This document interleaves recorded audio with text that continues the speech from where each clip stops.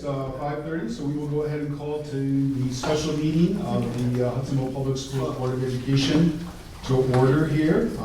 So thank everybody for coming this evening. Obviously, we're here to select the next member of the Board of Education who will fill Steve Elrond's vacancy. So we look forward to getting into the process here. So first up, may I please have a motion to approve the agenda for tonight? Motion by Chad Tuttle, support from Mark Cooper. Any questions or comments on the agenda? All in favor, please say yes. Yes. Opposed, no. Motion carried. Recognition of visitors this evening, we have none.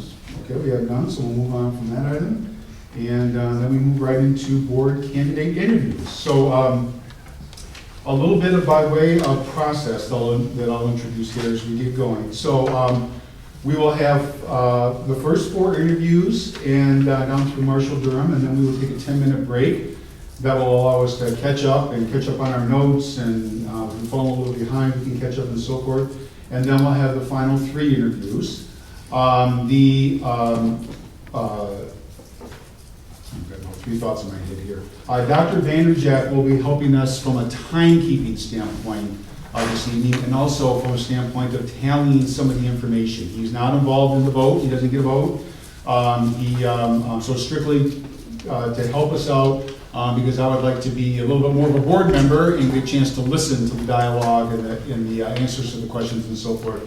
And so he'll be assisting us with that. The interviewees will have 20 minutes to answer 6 questions that we have, and I know that sounds like we're pushing through it, and we are, because we want good, succinct answers as we go through this process. So we have 6 questions. Each question asked of every interviewee is the same, and each question will be asked by the same board member as we go through that. So it's a apples to apples, if you will, comparison. Board members, I had sent out some information relative to a rating, a sheet for the individual questions, and then also a ranking sheet as well for the candidates as we go through this. You can choose to use these or not. At the end of the first round of interviews, after we talk to all 7, what I will need from you, or Doug will need from you to tally, is your first, second, and third choices. Okay, so again, you can use these or not use these. These are tools for you, but what we do need is your first, second, and third choices. We'll go through all 7. Doug will ask for that. He'll tally those up. We have a scoring system that goes with that. That again, the point is to help us to hone in and get down to our top candidate or candidates, effectively taking all the input of the board together, but also keep moving forward. And then if there's some tight scoring or some not a clear leader or not a clear person that we want on the board that stands out in that first round, then we may decide as a board to bring 2 or 3 candidates back in for a second 10-minute or so discussions with any follow-up questions that the board may want to ask at that time. So those questions are up to you individually on what you may want to follow up with. Anything I'm missing in the process, Dr. I would just ask the candidates to respect the other candidates if they're in here, while the candidates are in here, if they could wait outside. There's a swim meet going on down the hallway. You go upstairs and tell them that you're here, and they'll let you in. It goes for about an hour and a half or so. It's always good to see our kids in action. So Yes, that's it. yes, thank you. And again, obviously that's out of fairness and respect that nobody gets to jump on any questions or anything like that, so thank you for that. Any questions from the board or clarifications on the process that we're going to follow this evening?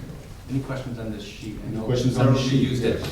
4 years ago, but I don't know. Again, you're ranking as you go, and again, you don't have to use it if you decide I'll listen to them all and I'll give you my 1, 2, and 3. That's fine too. You can score answers to the questions, and you go, I don't need that. I'll just give you my 1. That's fine too. So these are tools that board members may use to help facilitate the process. We just need that first, second, and third choice at the end of the first round of interviews. Okay, anything else? Process-wise, if any of the candidates need any assistance or anything, Robin's right over here. Water, whatever you may need, Robin can assist with that. She's great help with that. So, and other things, there's no just water. So we appreciate Robin being here this evening. Anything else? Board members on the process or Dr. Jack? Okay. For candidates that are here, I will do the best I can to keep you on time. So if I rush you along, please don't take offense to it. The board has working. Yes. Okay. All right. With that, we'll let our candidates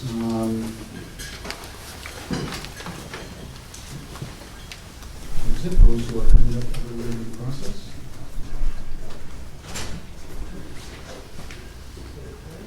I need to sit somewhere. Don't we go get it? No, they're going to sit. All right.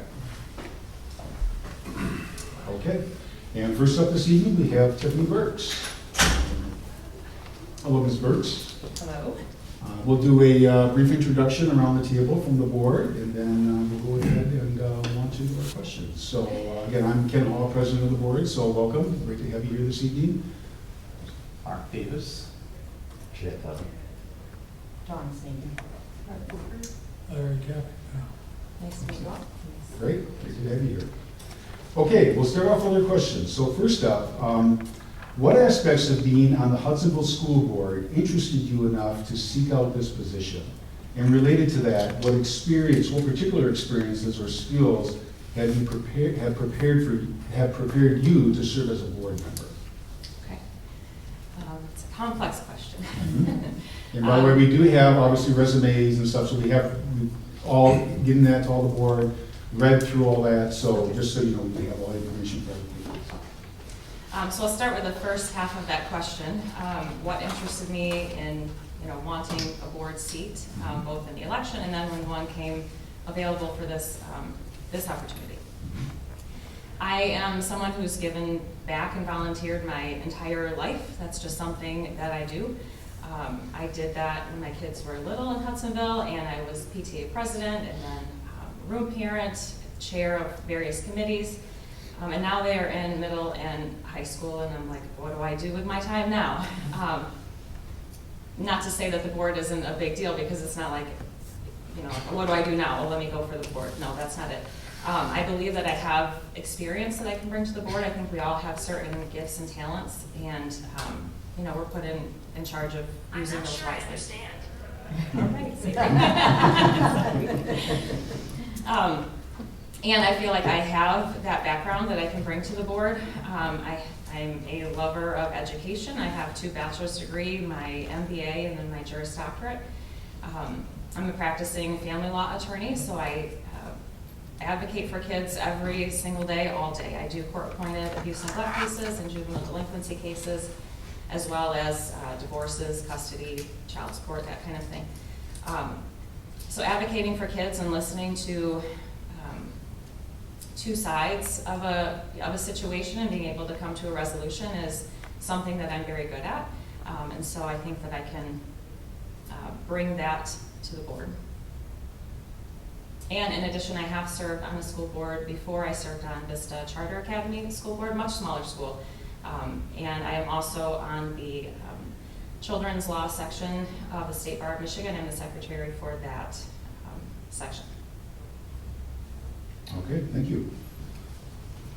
What do you see as current challenges facing public education, and specifically our district? I think the challenges facing public education right now is the division. I think for the most part we have great schools in our nation, and we have great teachers, families that are supportive of that, and I think we just see a lot of division among maybe beliefs or what education should be, and I think that's probably the biggest issue right now, and probably the biggest challenge for the board, because you can't keep everyone happy. So how do you view the working relationship between the board, administration, and staff to achieve academic excellence in our district, and what is the board's responsibility in contributing to this relationship? I think that relationship is key. we can hear from parents, which is important to hear from parents, and it's important to hear from students. Our teachers and our staff, our administrators see a variety of students, a lot of students every day, and they're probably hearing things that the board doesn't hear. So I think that relationship is really important to get that information from them about what's going on in our schools, what's needed in our schools, because we can't be there in the classroom every day like they can. I think that partnership is important so that they feel supported and heard, just like anyone else in the district, and making sure that they have what they need to do their job every day. I think that we can support them in doing that by listening and providing what they need.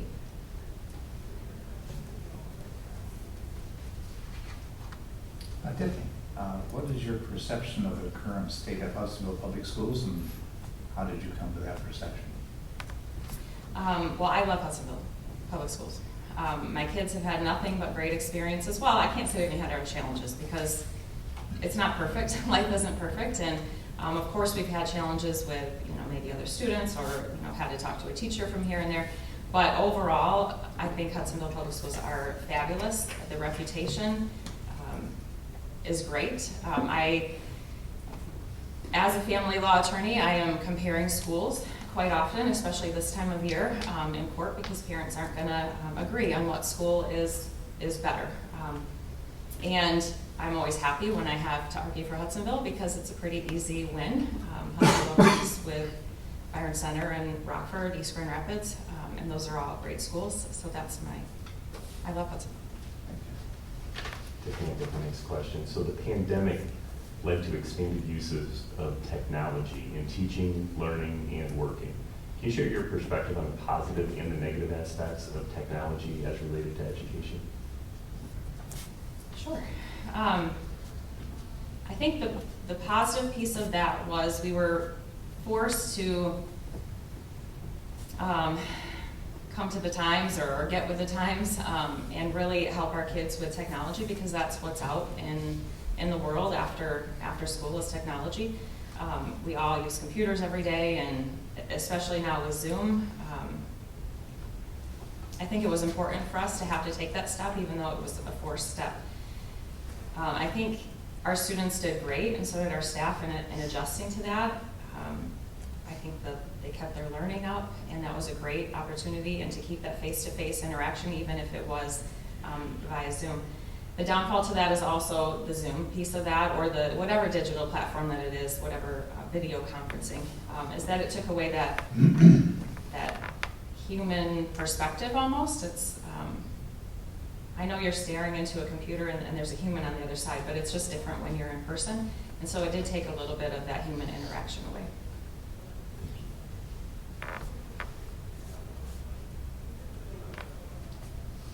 What do you know about our strategic plan, which is called SOAR? And what role do you think the board plays in creation and implementation of the plan? I know that SOAR has been an evolving topic. I don't know how else to say that. But there was feedback from parents, students, stakeholders in the community about what we need in our district. This is my understanding anyhow. If I'm totally wrong, well, I'm sorry. This is my understanding though. And from that survey, we, or the board developed, probably along with administration, certain goals for the district to include things like DEIB and SEL as part of curriculum. The PBIS team, I think, was established from that. And I know that there's 5 components of that, and I'm forgetting some of them. I think that the board's responsibility in that is to go forward with that and support that idea. So if that's what the community and all the stakeholders wanted and felt that was important at that time, then I think it's important to follow through on that and find out the best way to achieve that.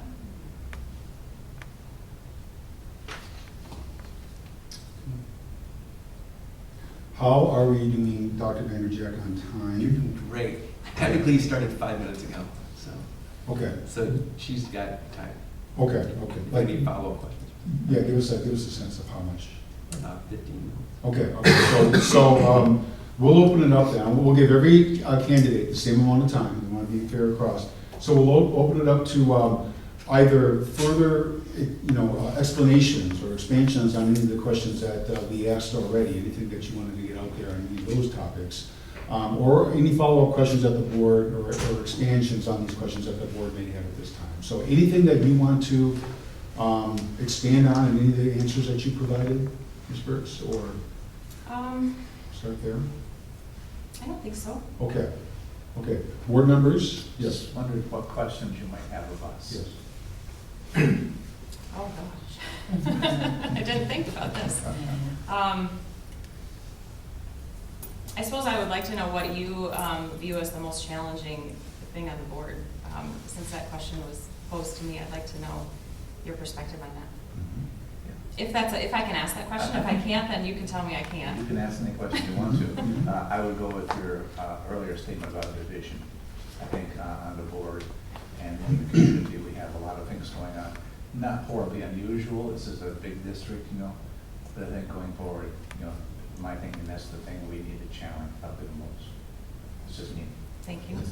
I actually think that was well stated. In a district as large and diverse as Hudsonville, the reality is you're never going to please all people, and I think making sure that you can keep your finger on the pulse of the majority of the district and what is best for all kids, and ultimately leading with that, but knowing how to navigate that division is certainly challenging, and certainly more challenging these days than a few years ago. Thank you. And I agree that the last couple of years, that's been a challenge, but I would say outside of some of the things that we've had to deal with, financing has always been something that we struggle with. And now that we have additional COVID resources, that's helping with some of the support that we need for mental health. But I do think that will continue to be something that from year to year we'll have to look at, and how can we best serve our students with the resources that we have. Thank you. And I mean, the division aspect is there, but to me, the biggest challenge that we have is how we go to the next step. We will overcome the division, we will, in my opinion, and we will continue to be a strong and excellent school district that attracts students, even when the area isn't growing, if we have that focus on academic excellence. And so how do we continue the next step? How do we not say, well, okay, we're as good as Rockford, we want to be better than Rockford, we want to be better than East, we want to be better than Forest Hills. How do we get there? That's what I think the biggest challenge of the district is. Thank you. Yeah, I would agree with everyone. The last couple of years have been challenging. I don't think it's as divisive as what people might think. I think what's hard for members of the community is they don't always have the data that the board members have. So I personally make decisions based on the data that I'm presented. And I think sometimes people are not aware of the data that we have in front of us. So I would like to see more transparency in data provided to the community, so that they can understand why decisions are made. Thank you. Well, I think the last 5-10 years of my teaching career, the seniors at the high school would always come, required by their teacher, social studies, I imagine, but to ask us about different things like that question right there. And for a while, it was finances, and also growth, which contributed.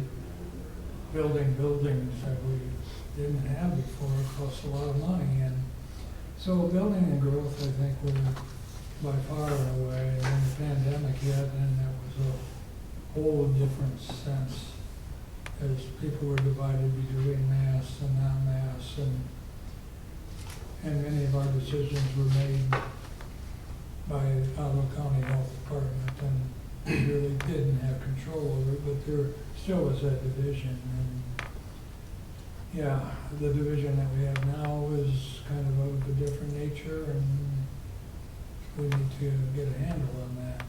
I mean, you maybe, and the rest of them need to get a handle of it, because I've been done it before. Thank you. I don't have any other questions. Okay, are we doing on time? Good, let's let her out, or we're still? I will cut you off when, I mean, you're fine. Okay, you'll cut off, okay. Board members, questions? Just curious as to whether you have read through the board code of conduct and whether or not you feel that you would be able to hold yourself to that code of conduct. I have read through it. It was a few weeks ago though, maybe a month, I don't know. So I didn't read through it before coming tonight, so I can't quote it exactly, but yes, I have no problem following that. I have my own ethical conduct that I have to follow as an attorney, and I have no issue following that. I've had no complaints or violations, so I don't see any reason why I couldn't follow that one. Can I ask, there's always one question I'd like to ask after you, and maybe you came tonight with something you really wanted us to know about you, and we just didn't ask the right question. So is there anything that you came tonight really hoping to share in the interview that you'd like to share with us? There is. I want you to know that I'm not coming to a potential board seat with an agenda. I'm not coming to, I don't want a seat so that I can come in and change everything that's happened. I really want to come and be a team player and listen to the feedback and make those decisions as a team. So I do want you to know that. Thank you. Can you repeat that? Not everybody may have heard your. Sorry. We're winding on process here for a moment. So Chad asked me if there was anything that I wanted the board to know that maybe you didn't ask. And I want you to know that I'm not coming into this with an agenda. I'm not seeking a seat because I want to come in and change everything that's been done on the board. I truly want to come in and be a team player and, make decisions with you and help overcome obstacles with you. I'm not coming in with any agenda. I wanted you to know. All right, good. We have time for one more question. Board, anything? Okay, I think we're all set then. Thank you. Thank you, Ms. Burks. Thank you also for your service to our country. Thank you.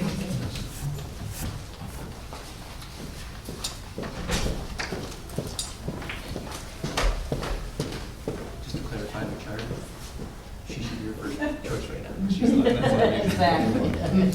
If she's not talking, if she's not And talking. Barbara and I were talking about, for consistency, I will let the candidates know that we've got to go early and that we love them to ask questions of us, and then there may be a few follow-ups from the board. So everybody has the same approach. And Yeah, I just think we have to be careful because we're creating an inconsistent, Correct. when we are asking different questions of different candidates. So for consistency, I think we need to stick to my people the questions that we have, and if they have questions for us. Okay, agreed? If we're done early, we're done early. Okay, well, and I think there's some expansion on these questions too that we have.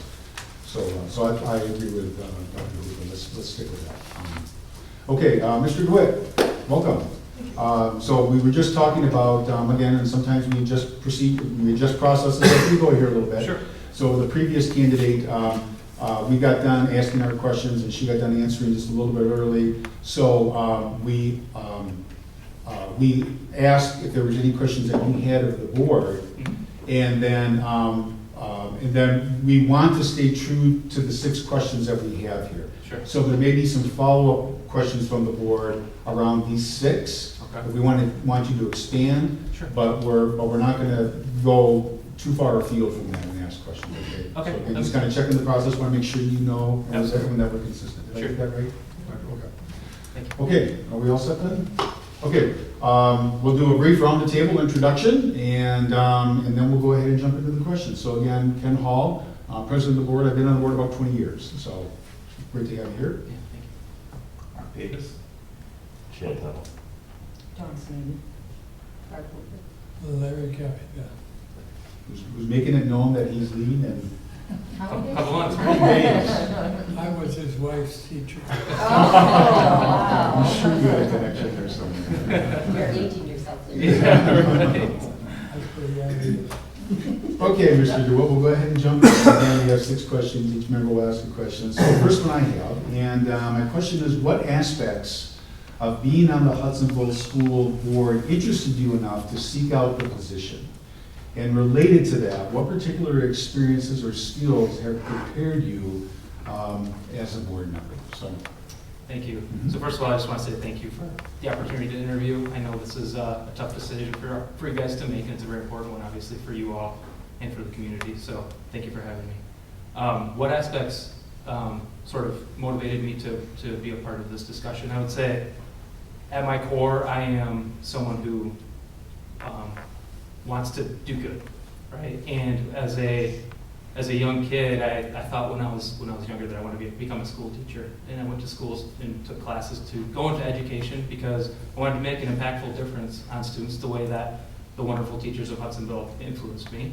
I was a 2005 grad here, and I changed course through college, but I always had that itch that I just needed to scratch, and so through the Hudsonville Summer Science Institute, I'm able to support the students in the community in that way.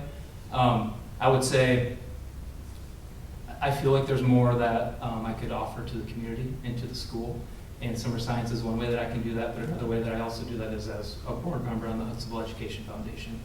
And so I'm committed to making Hudsonville and continuing to make Hudsonville a great school and give opportunities for students, and to foster continued collaboration with the community, and to help make Hudsonville and continue to make Hudsonville a great place that it has always been.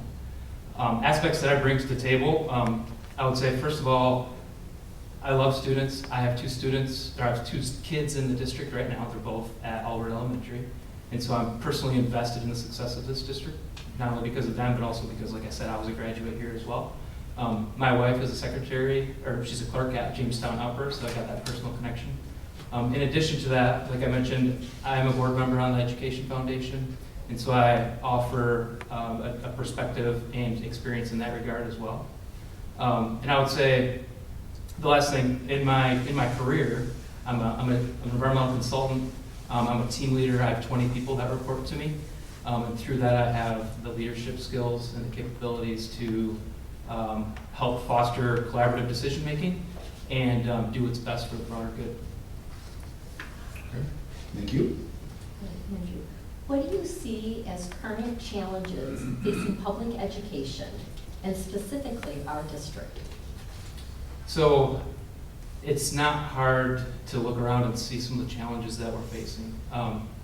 Bus driver shortages, substitute teacher shortages, things like that. Those are impactful things that, you know, public schools and schools across not only Michigan but the country are facing. I think that's a major challenge. I think that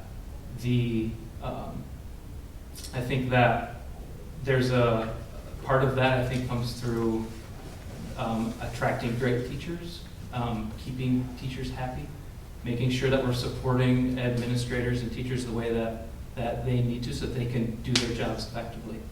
I think that's a challenge that we face, and I think it's one that is certainly overcomable. In terms of our community specifically, I think, and across the country, right, we see a lot of political interests in the way decisions are made. At the end of the day, you know, this job is to serve the community, it's to serve the students, and to do what's best for them.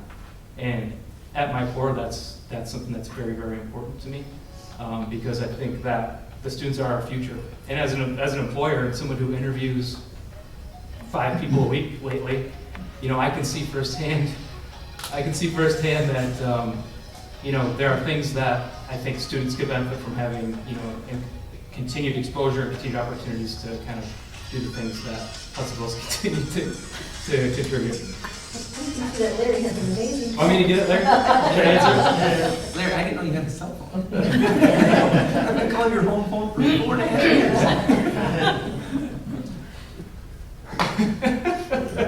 Battery's low now, so that's good. Rob, did that answer your question? I'm sorry, I got distracted at the end of this. Hi, Andrew. So how do you view the working relationship then between the board, administration, and staff to achieve that academic excellence? And what is the board's responsibility in contributing to this relationship? So as a board member, I believe it's our responsibility to evaluate the superintendent, to hire the superintendent, and to make sure that we set policy that's in the best interest of the community. and of the people that we represent. And the people we represent are all students, not just special groups of students, but all students. And I firmly believe that, and I firmly believe as an effective board member, that's something that we always need to keep in mind. Could you repeat this last Yep. portion of that? What is the board's responsibility then in contributing to this relationship? The board's opportunity is to make sure that we respect and trust the administration. It's our responsibility to make sure that we're holding the administration and the superintendent accountable. But we need to, when decisions are made, as a board, I firmly believe that we make a decision, we move on from that decision, and we let the people that are experts in those areas carry out the overall mission. Andrew, what is your perception of the current state of Hudsonville Public Schools, and how did you come to that perception? I'm a little biased, right? I went to Bauer Elementary as a kindergartner, and I think Hudsonville is the best school in the world. I think very highly of it.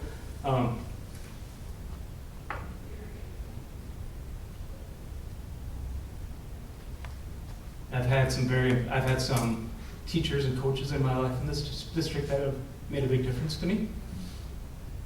And excuse me. That part hasn't touched if you want some water. It's that's part of the reason why I want this so bad, because the impact that this district and the teachers and the coaches have had on me and making me what I am today is very impactful. And again, having students in the district, living in the district, being invested in summer science, and just looking around and seeing how great this place is to be. That's my perception. Like I said, a little biased, but sorry, excuse me. Andrew, the pandemic led to expanded uses of technology in teaching, in learning, and in working. Can you share your perspective on the positive and the negative aspects of technology as related to education? Absolutely. So, again, as a team leader and managing, a team of 20 people in consulting, every day, the pandemic affected the way I do things too, and the way that I do work with my team, right? And so, I think technology is very important in education today, because that's what the world is demanding. And it is something that I think we need to continue to expand upon, and that's the direction that the world is going. And so if we want our students to be prepared and to be well prepared for the future after high school and after their after college, or whatever it is they decide to do, part of that involves having good opportunities for them to be exposed to that type of technology that the rest of the world is using, myself and my team and my clients included, right? Disadvantages though, we read about it and see it all the time, right? With social media, there can be negative consequences, I think, especially for some of our younger children, and how social media and other things like that can have a sort of, in some ways, a debilitating sort of effect on the way that kids interact. So I think it's important to maintain a balance, just like everything. I think it's important to balance, the things that I was exposed to. Larry, I didn't have a flip phone, right, when I was in high school. So it's important to balance sort of how we used to do things with what's coming in the future, so that we can make sure our kids are prepared. What do you know about our strategic plan, which is called SOAR for short? And what role does the board play in creation and implementation of that plan? So I'm familiar with SOAR because 2 days ago, my youngest, Jackson, got off the bus, and he ran up to me, and I work from home mostly, and he says, "Dad, I got two SOAR tokens today," right? And so he is smiling from ear to ear, and he was very excited. It was a very positive thing for him. Sometimes he gets off the bus, with his bus driver will give it to him, or whoever his, teacher is for a special that day will hand him out. So I'm familiar with it because my students talk about it a lot, and it's impactful for them. My kids do, all right? In terms of, so I think it's a good thing. I think obviously it's a great thing, and the kids love it, and it sounds like it's being implemented consistently and adequately across the schools, which I think is great. Whenever you roll out policies like that, you need to make sure that there's consistent implementation in order for it to be effective. The second part of your question was about its implementation. So what do you see as our role in implementing that program? Sure. Our role as a board is to, again, set policy, right? And I think that it's the job of, the superintendent and administration to make sure that that policy is implemented. I think as a board, we would take recommendations when it comes to changes in policy that we would obviously want data to support and back, and then make decisions that are in the best interest of the kids and the teachers.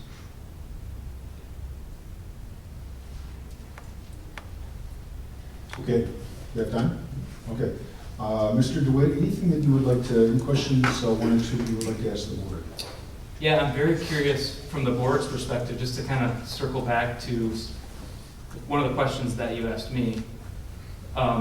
You all have a lot of experience in your role, right? And you've seen changes, right, in both the district and in, I guess, public education as a whole during the time you've been on the board. From your perspective, what do you think is one of the biggest challenges that you face currently?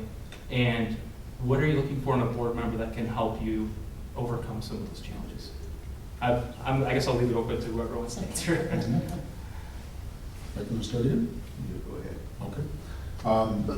In terms of the challenges, and the previous candidate asked something similar, but in terms of the challenges that I see, you commented earlier about some of the, division that we're seeing in the community and so forth, but I think our greatest challenge is how we move forward as a district to improve academic performance and excellence. How do we continue to push forward?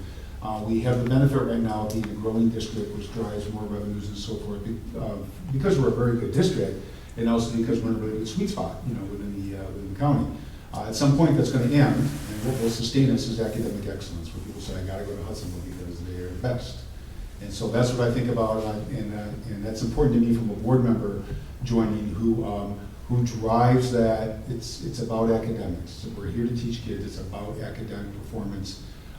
Tied to academics, kids will do better if they have great extracurricular opportunities and supportive teachers and so forth. But at the end of the day, we're here to teach kids, and we're here to help kids grow and meet our mission statement of being, global citizens who can perform well in the global environment. So that's my perspective. Yeah, I appreciate it. And the reason I ask, obviously, is because if I'm fortunate enough to be, part of this board, those are the sorts of things that I'd like to understand right away from your perspective. I can go to board meetings and, watch meetings and things like that, but I'd like to get that perspective so I can have a positive influence as soon as I can.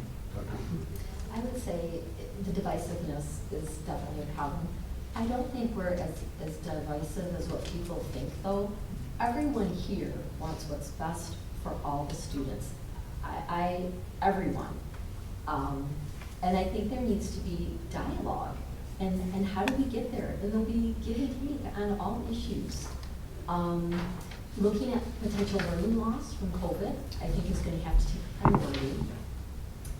As a board member, being willing to have dialogue, doing your homework, and looking at data that is presented to us. Many times, people that are in the community, they're not aware of the information that we have been provided. And so then if you vote a certain way, they don't necessarily understand why you're making that vote. It's based on the data that's been shared with me. So, having dialogue, listening to our community, because we have a great district. We have wonderful teachers. And the issues that we struggle with are issues that schools are struggling with across the country. If we just pick on one, books. Sure. Books is a hot issue right now, not only in Michigan, but across the country. But there are things that we can do that will address the needs of everyone. So it is, it's a great district. I think that one thing that, as a board member, that would be helpful for you, and I think is helpful for us, is remembering that we have the larger 10-foot view. And it's easy to get into the minutia of details, but to really perform as a board, we have to let the people who do the work obviously with our direction. And I think the Michigan Association of School Boards has classes that you can attend. I think one of the best things you can do is pick a few of those and find out how other boards work and what works best for boards of schools our sizes. I guess, Barb, just to add on to what you said, I mean, my educational background is in science, and so I'm a very fact-based, data-driven person. It's how I, it's part of my job, right? And the other thing that I need to, another characteristic that I possess that is important to not only what I do in my day job, but also as certain board, would be to maintain that level-headedness, be that voice of reason, make sure we're hearing all sides of an issue, make sure we're representing the community. But again, I guess, Don, to your point, to make sure that when a decision is made or a path is forged, right, that we move on from that and make sure that we're doing what's in the best interest of the district overall. I very much like you, Andrew. I have a heavy research background. Yeah. So I look at data. Yes. I Yes. look, and as a nurse, I look at best practice. Yep. But I am very much driven by data and what does the research say. Absolutely. So, Mr. Tuttle, comment? Oh, I'm sorry. I'll just add on in terms of what are we looking for in a board member. My opinion is have an open mind, be willing to do the work, and have a courageous voice. You're often not gonna hear from the people who agree with your voice. You're gonna hear from the people who disagree with your voice, and you just gotta be courageous in those conversations. Absolutely. It's all and be non-confrontational and have to be level-headed. Absolutely. Yeah, if you attend board meetings in the last couple of years, you see a lot of different opinions, a lot of voices out there. I think the primary need I'm seeing of the board right now is a sense of let's pull the people together Yeah. and get us moving in the right direction. And I don't want to stoke the fire and roast marshmallows. I want to have us put the fire out, pull us together, and move in the same direction. And I think that, to me, is the greatest need of the board right now. Okay. Well, I'm happy to help in that capacity. It's a strength of mine, and I'm hopeful that the selecting for this position, and I can work alongside all of you. Mr. Capido, comment? Well, in my 35 years of teaching in Hudsonville, 36 actually, I think the first 12, 15, we did not change much. It was Hudsonville people stayed in Hudsonville, and I had virgins for my lifetime, I think. Yeah, I bet you did. But then all of a sudden we started to grow. And I was just amazed.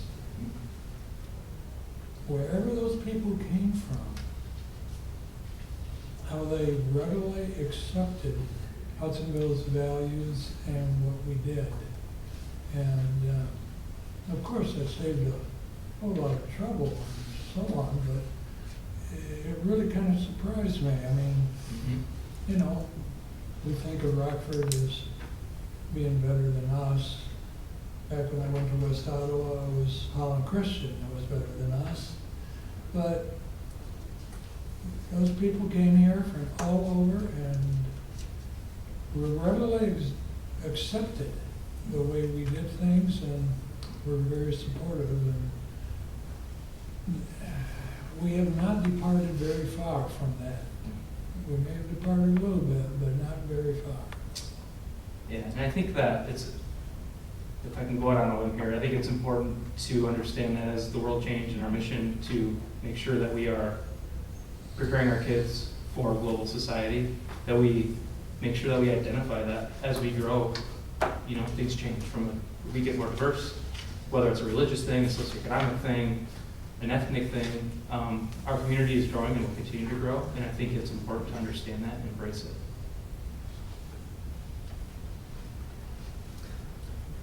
You're close to time. Okay, just one clarifying question on you. So you've been on the HES board since 2020, so pushing 2 years? Yeah. A little over two? A little over two, yeah. Around 2. 2.5-ish, yeah. Okay. Mm-hmm. Okay, all set, time-wise? That's it.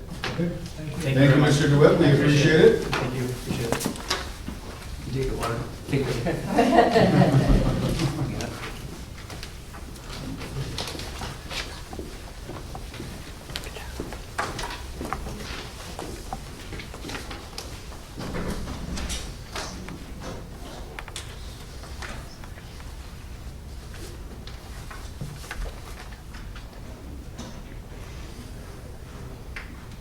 Well, that's great that my shoe is just squeaking all the way.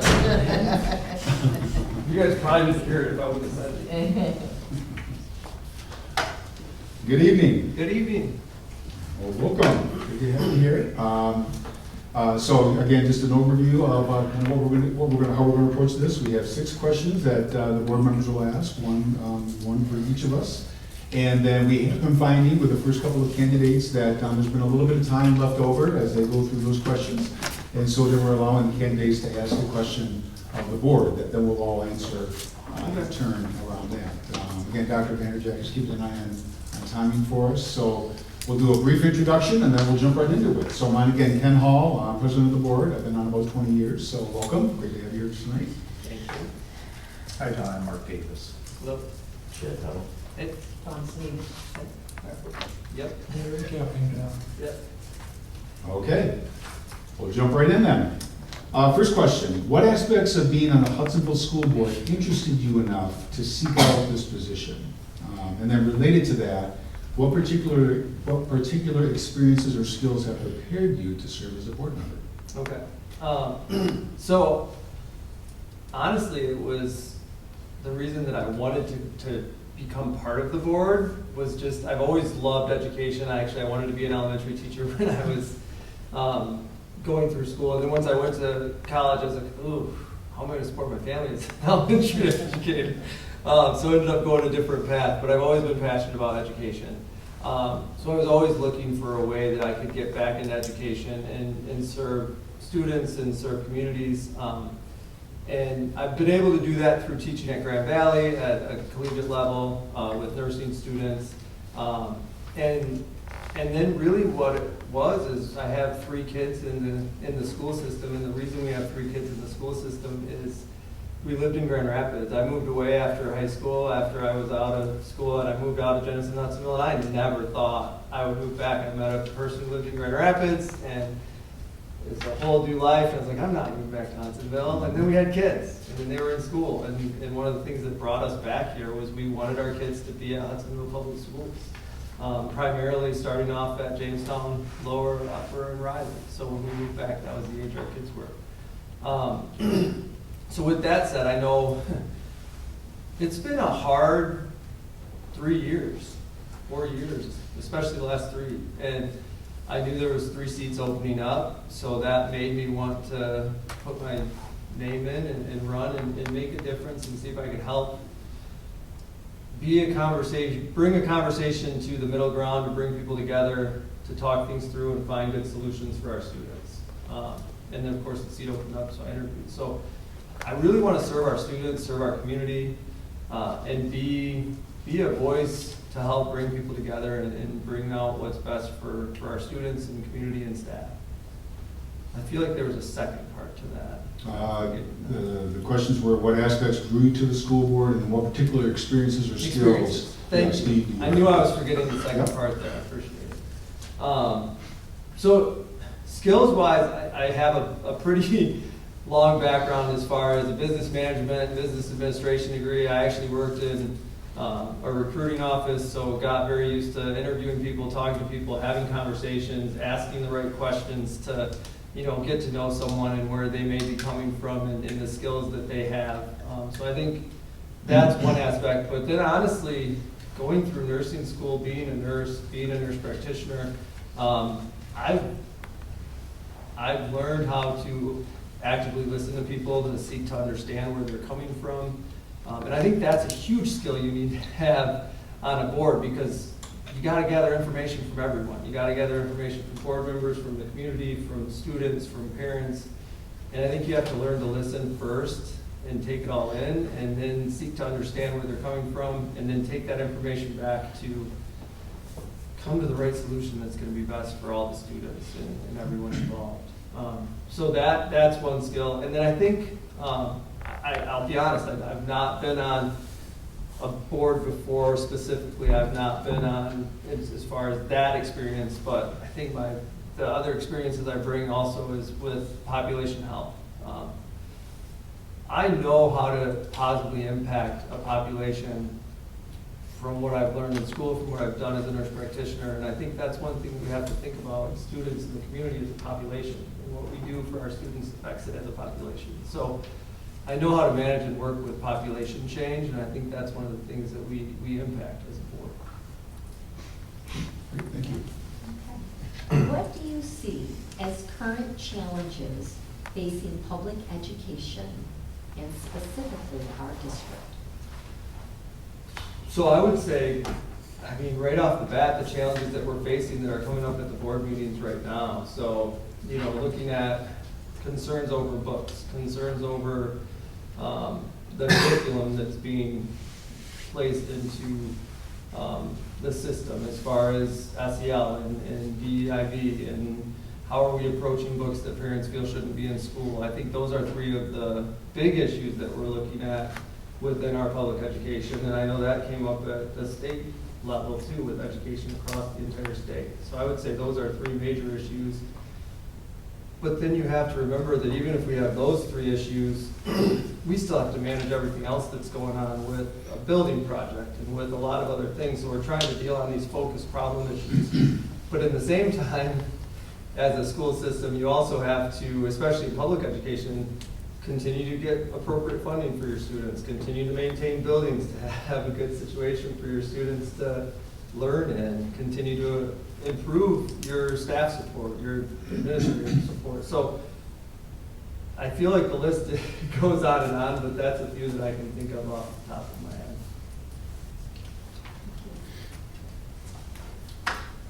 Okay, take a drink and I'll make Oh, sure I have the right question here.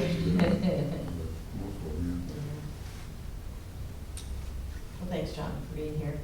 How do you view the working relationship between the board, administration, and staff as we work together to achieve academic excellence in our district? And what is the board's responsibility to contribute to this relationship? You said the board Administration and and staff. staff. So I think it's hard to say because I'm not right in it. We're looking at it from the outside in, right? As much as we can see what gets posted for meetings and see, you know, obviously I think it needs to be an open communication between staff, board, community, all the stakeholders. I think as far as the board and supporting the staff, I think it's, you know, you also have to hold them accountable for what they're doing, but in the same sense, we need to give them the tools that they need to be able to be successful as our staff and administrators and teachers as we go forward. And I think the only way you do that as far as a working relationship is to have continued open channels of communication. Now, how that communication happens behind the scenes, I don't know exactly because I can't see it. I'm sure you guys are talking and communicating with the superintendent, with the teachers, you're getting feedback. I'm sure as a board, there's conversations that happen, you know, not only at meetings, but outside of meetings to get a better understanding of where people are coming from. So I would hope that the board is a constant level of communication and understanding amongst you and the staff and the administration.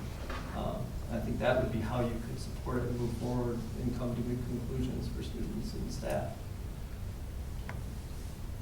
John, I'm next. What is your perception of the current state of Hudsonville schools, and how did you come to form that perception? So, honestly, I would say the current state of Hudsonville schools is pretty amazing if you look at what we've accomplished with sports and with students and with the 2020 graduation rate. I mean, I think that we're in a pretty amazing place. We're the largest district in Ottawa County. I think that we have issues and concerns that are being addressed amongst the school, and certain people may focus on just those specific issues and not view the school in the light. But I take pride in HPS. I think it's incredible. I'm glad my daughter is here and has a chance to do cross country and track, and my youngest is starting to do middle school.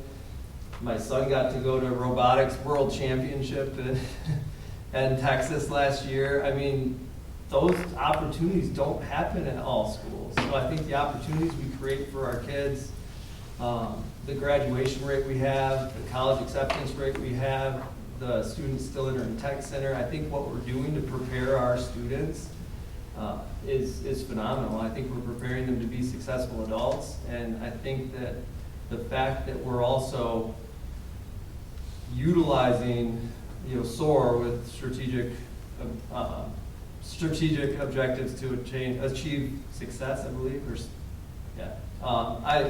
I think that looking at the way that we're bringing the stakeholders into the decision-making we do for our planning is amazing. I think, back in 2011, we had, 2,500 people involved in things moving forward, and now we have 4,800 people involved in focus groups and in, comprehensive need assessments. And the fact that we're still trying to, as amazing as Hudsonville Public is, and the recognition and the honors the schools have had, we're still trying to bring the community in and listen to everyone for how we can make it better and how we can improve our facilities and how we can improve what we do. So I think when you're already viewed as, in my opinion, great and you're working to be better, then you're in the right place. Thank you. Jen, I've got the next question. The pandemic led to expanded uses of technology in teaching, in learning, and in working. Can you share your perspective on the positive and the negative aspects of technology as related to education?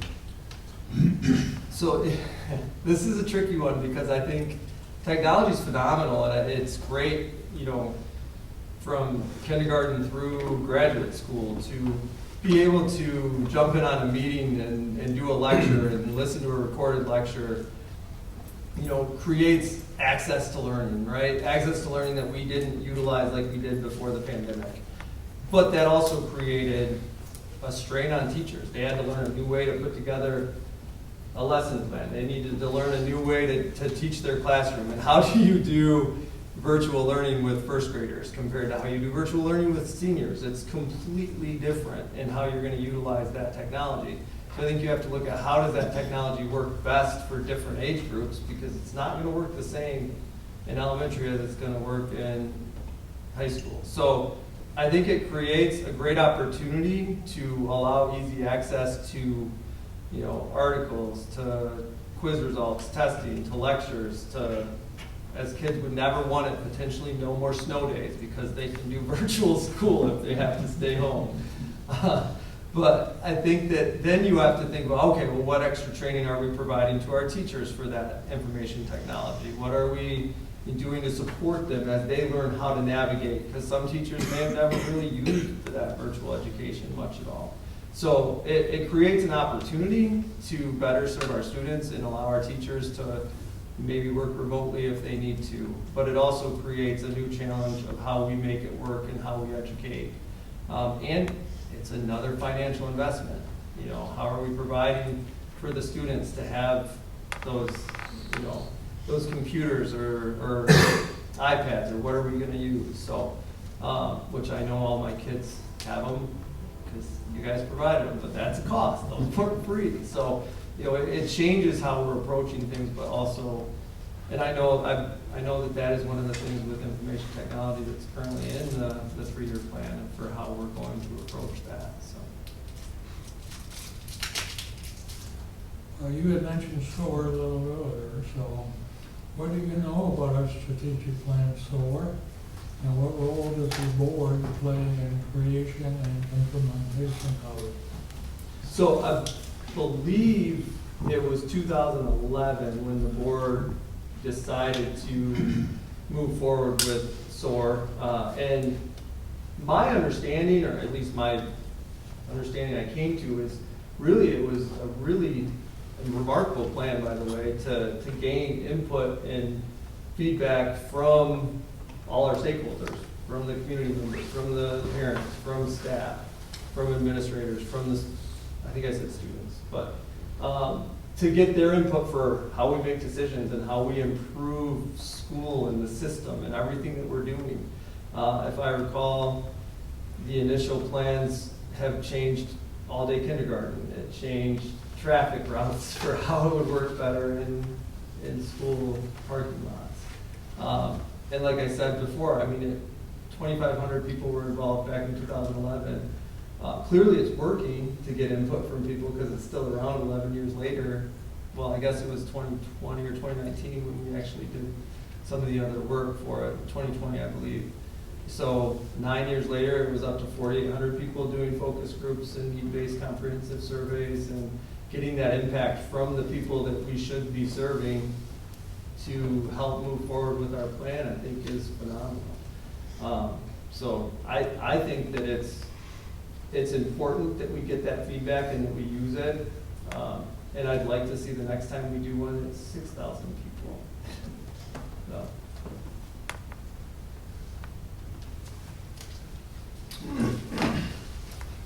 All right, are we on time, Dr. Vanderjack? Good, okay, all right. So at this point, we'll allow you to ask a question of the board, and then there may be some follow-up questions related to these six. But Okay. a question you'd like to ask the board? So I would be curious, because it was one of my questions, how do you guys feel that communication happens between the board and administrators and staff, and how you support them or give, well, I can't ask like 3 questions. So how do you feel that communication happens within your board, and I guess we'll say to administration and staff, and how that feedback loop works?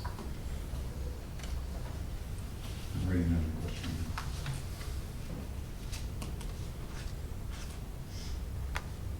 Communication is always the bane of every organization because it's constantly evolving. And I've been on the board since 2010, and the way that we've communicated has changed along the way, just like things have changed for our students and how they receive materials. I think one of the things that we did in this past year that has really helped is we hired our PR person, who's sitting back there, Miss Stephanie, so that she's the go-to person that says, okay, here's some missing pieces, or here's some things we're not sure everyone's understanding. Is there a way you can help to get that message out? And in addition, the administrative office has been amazing at providing us information in this one-page document every Friday, or 2 pages sometimes, to give us as much information as they can without an overload. Obviously, the time commitment to do this job has incrementally increased since I started in 2010. But they are always available to provide the information that you might need to make a decision, or find someone who can give that information. And our staff and administration, I believe, work very closely together, and in that same way, we're in the community. You see staff, you have conversations. But yes, it's constantly evolving, and it's constantly increasing in documentation, I guess I should say. Others who would like to comment? I'll just say there's no such thing as too much communication, right? Can there always be more? Yeah, there can always be more. I think Don highlighted some of the great ways that we'll say the superintendent is always available to you as a board member to answer any questions and give updates as to what's going on. At the same time, some of the most enjoyable things I've done as a board member, when you get to go into the buildings and you get to interact with teachers and you get to see what's going on in the classrooms, and I think those are really awesome experiences to hear directly from staff and to see students and to hear from students what's going on. That's always some of the most fulfilling days in my life. Would you like to comment? Yeah, I'll add, kind of pick up on Chad's point, that there are sort of different levels of communication or types of communication that occur, and then there's different topics as well. And so, yeah, if you just want to kind of get a feel for, what's going on, I just want to feel for what's going on. I haven't been in the high school in a while. I mean, it's a great way, and our staff is always so readily available, within reason, that they're in the midst of something, but they're very good about saying, I'm in the midst of something, can you talk to so-and-so for a while? But it's a great way to get a feel for what's going on in the districts, and that's kind of one, in the buildings, and that's kind of one level of communication that, okay, I gotta have a sense as a board member. And then through either technology, there is discussion that occurs, there's never decisions, but there's discussion that can occur amongst board members, via email and in different ways, and sometimes over a breakfast or over a beer or something like that, there's talk. Again, you gotta be careful because we never make decisions in that environment. But they say, bring me up to speed on this. I was gone for a week, and can you tell me about what's going on? Doug is also Dr. Vanderjack is also very readily available. And then you know, to kind of get caught up to speed as a board and where we're at, what we need to know. And then there's that communication out to the community, you know, to and from the community. And what, in the spirit of transparency, do we want the community to be aware of? What input do we got to get back, either, you know, through surveys or through other methods? What do we want to make sure we're transparent about relative to how we're spending the community's money, what decisions we're making, you know, in terms of hiring, what the status of our performances, things like that. So there are those different ways and different tiers and different aspects. And I agree with Ms. Sneeden that it's gone up, and it's further incumbent upon us as a board, as a growing district, to make sure that we're not just relying on one method, but relying on multiple methods to get the information that we need, and to stay connected with ourselves as a board and the community. So, yeah, okay. Any clarifying questions anybody had on any of these? Okay. Thank you, Mr. I gotta, is it DeKock or DeKock? DeKock, okay, I thought so. I'll make sure It's I not get it right. spelled right, apparently. Okay. That's all right. We want to make sure. Well, thank you Well, guys thank you, for- Mr. DeKock. We really much Yeah. appreciate it. And Yeah. thank you guys for your time. Obviously, this is a long night for you guys. Well, you too. So we appreciate that. Well, I get to go hang out with robotics for a little bit. There you go. Then I'll be back. All right. All right, see you guys. Yeah, Thank you. okay, thank you.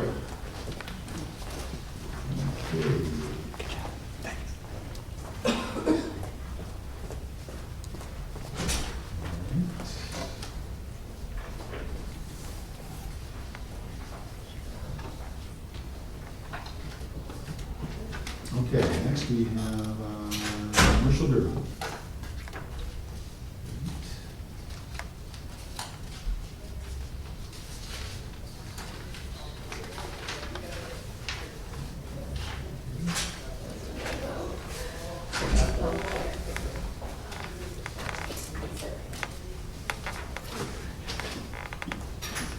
And then after Mr. Durham, we'll have a 10-minute break.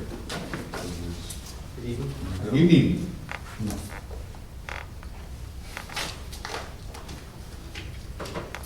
Well, thanks for being here this evening. We appreciate your time to join us here. So just again, kind of a recap of the process that we'll go through. We have 6 questions that are the same for all candidates, and the same board members are asking those 6 questions for each candidate. And then we're finding that after answering the question, there's typically time for the candidate to ask a question to the board, so we've been allowing that as well. So, and there may be a clarifying question, something that a board member wants to clarify on these 6 that we come back to and say, you know, help me understand this or that or whatever. But we're sticking to these 6 questions, and then the question from the candidate, and that's the process we'll go through. Dr. Vanderjack is helping us with keeping time this evening, so he'll let us know. Flash the lights if we go to the. Yeah, he'll let us know in some way, shape, or form when we're bumping up against time. So with that, I will do a brief introduction of the board, and then we'll jump right into the questions. So again, I'm Ken Hall, president of the board, been here 20 years, so welcome, great to have you here this evening. Thank you. And Mark Davis. Nice to meet you. I'm Chantel. Michelle. Hi, John. Mark Baker. Good evening, Mark. Larry Captain, Hello. Okay. All right, so our first question, what aspects of being on the Hudsonville School Board interested you enough to seek out this position, this vacancy?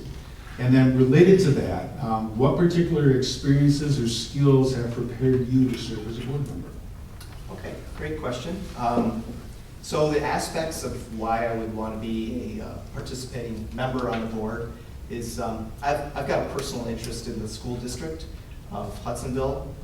Frankly, we moved here about 26 years ago, not knowing anyone in West Michigan for a job promotion in West Michigan.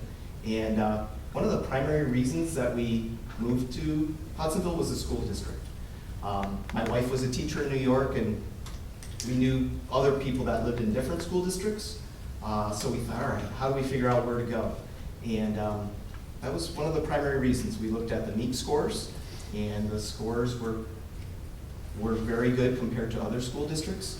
And then we started asking questions, different people within the area. So 3 kids graduated from Hudsonville. I've got 2 grandchildren that I hope go to Hudsonville. And certainly hope that, as a school district, we can continue to grow and learn as the school district becomes much larger. So what's prepared me for, to be on the school district, or on the school board, excuse me? I've got a lot of diverse experience throughout my career, different leadership positions from vice president, director, manager. So throughout my career, I've worked with cross-functional groups. And with any group of people, you have to find some common ground. And you have to understand different positions. And if you understand different positions and have and are able to find common ground, then you're able to usually move processes forward or projects forward. So in some of the roles that I did have throughout my career, I've worked with Teamsters, I've worked with operations people, safety people, labor, finance, pretty much just about every department within a company, cross-functionally, to move things forward for us. So collaborative approach is the best way to get things done. And one thing that I've always learned in business, that's what I'm in, is that if you have a high level of emotional intelligence, understanding how you can get along with people, show empathy, self-awareness, you usually can be a productive person within an organization. Great, thank you. What do you see as current challenges facing public education and specifically our district? Well, that's a loaded question there, Mark. I've already asked you. So when you look at public education, really across the U.S., and then if you start focusing just within Hudsonville, so I've attended some Board of Education meetings. Also, I've been able to watch quite a few over the last, there's a lot of them out there that I've been able to watch. So I think some of the issues is, at least from what I understand, maybe there's not enough transparency based on some community feedback. And it seems as though there's some organizations or groups that want to be more involved from a community aspect standpoint. And when you look at different groups that want to be involved, I think it's great to be able to hold people accountable and understand what their position is. And some of the curriculum out there that maybe some groups are questioning, I think maybe there's an opportunity to share more information. In my role with my job, I use a lot of data, statistics, and metrics. And if there's some metrics around some of the issues that some school districts are seeing, especially Hudsonville with some of the curriculum, maybe those could be shared so that people understand why a particular curriculum was approved. I mean, with the Board of Education, there's more to it than just approving curriculum. The school board, but it seems like it's pretty hyper-focused in our district on whether it's the reviewing books or CRT or SEL, all the different things that I've read and heard that have come up during the Board of Education meetings.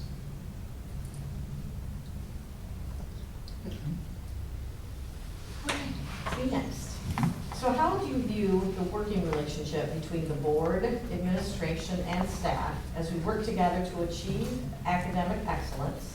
And what's the board's responsibility in contributing to this relationship? So with the board, the board, in my opinion, oversees how you set policy, how you approve curriculum, and then the goals and objectives that are established measure how well the superintendent is doing. So if you have the policies that you agree to, the goals, the objectives that need to be driven by the administration, and then filter down to the educators, that's how you're going to move things forward. But from a board member standpoint, they're the overseeing body that makes sure that those policies are carried out by the superintendent. Marshall, I'm next. What is your perception of the current state of Hudsonville Public Schools, and how did you come to that perception?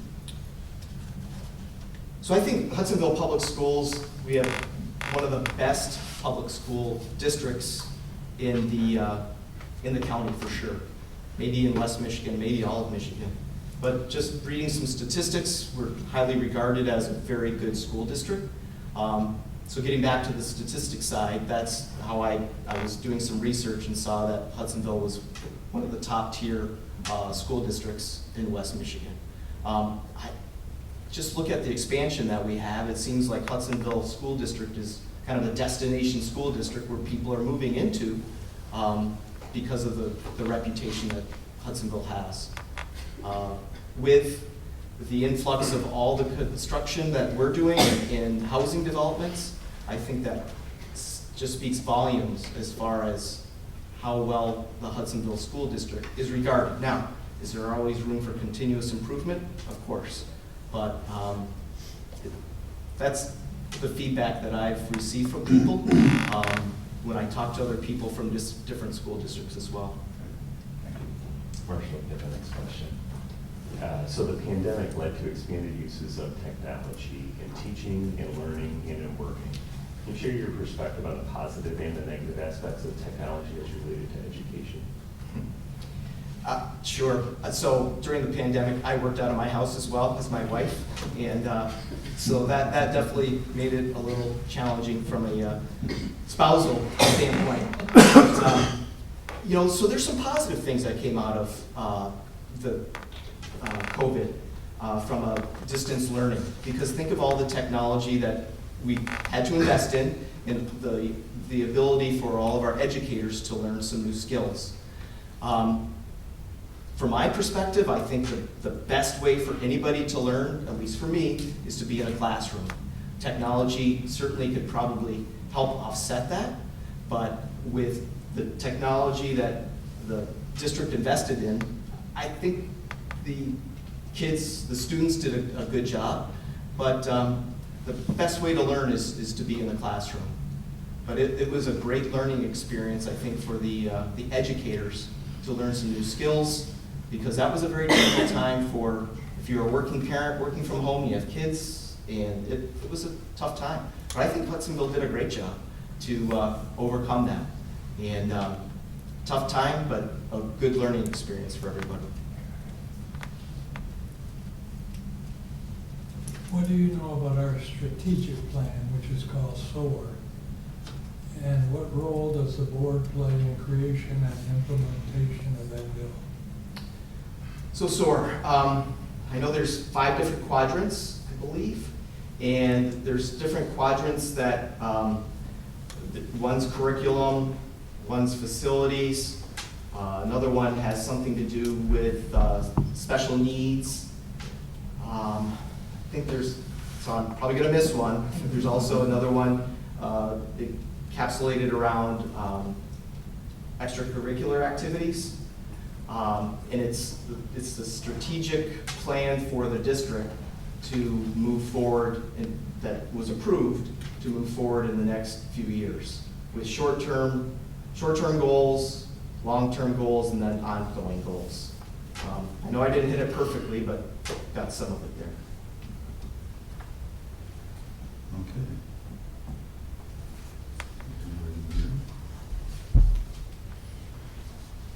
Okay, Mr. Durham, is there a question that you would like to ask the board? So, as being a board member, what has been the greatest experience with being a board member when you look at the contribution that you've made to the Hudsonville School District? Greatest experience of being a board member as we contribute to the district. Okay. Anybody on the board like to answer that first? Well, I ran for the board because my 2 children went through Hudsonville Public Schools. I taught for 36 years in HBS, and I ran just to keep it the great district that I found it to be in the last 52 years. So that's my personal reason. That's great. Other comments? I'll just say from the board's perspective, one of the things I'm incredibly proud of us as a district is as you look at the way that we utilize the resources of the district, particularly the budget, we invest a greater share in teachers in the classroom than just about any other district in the state when you look at it on a percentage basis. And what that's allowed us to do is create pay scales and structures that help attract teachers who have experience. And what you'll see is when we hire teachers, quite often we have teachers coming here in their first year to Hudson, some fresh out of school because many of them have student taught here. Others coming with several years of experience because Hudson is a great employer for teachers. And I think if we can have a lasting impact, it's setting our kids up for success by giving them the best talent possible in the classroom to equip them for that success. So that's something that when I look at Hudsonville, I think it's our secret. Don't tell the other districts how we do that because I think we get the best staff. Okay, well, that's great. And at the end of the day, you have to, make sure you hire or attract, hire, and keep those people, retain as many of those educators as possible. Because there is a teacher shortage, a huge teacher shortage throughout the U.S.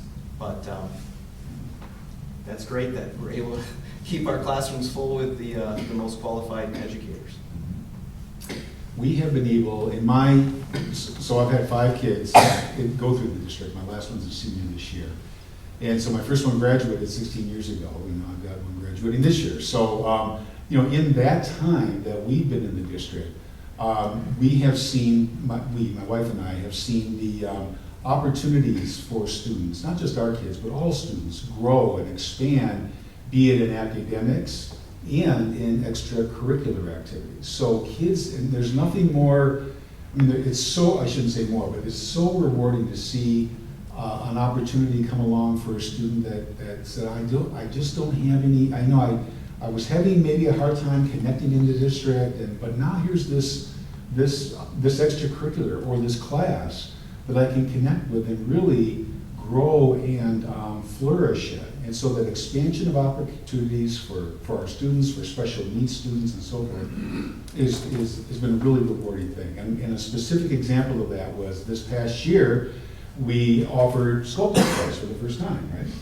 And we had a young lady who had never sculpted before. I'm looking at Dr. Vanderjack, just to check me if I'm saying anything wrong. Had never sculpted before. And so she did a couple of sculptures, and one of them won a national award. And she really had a chance to talk to her.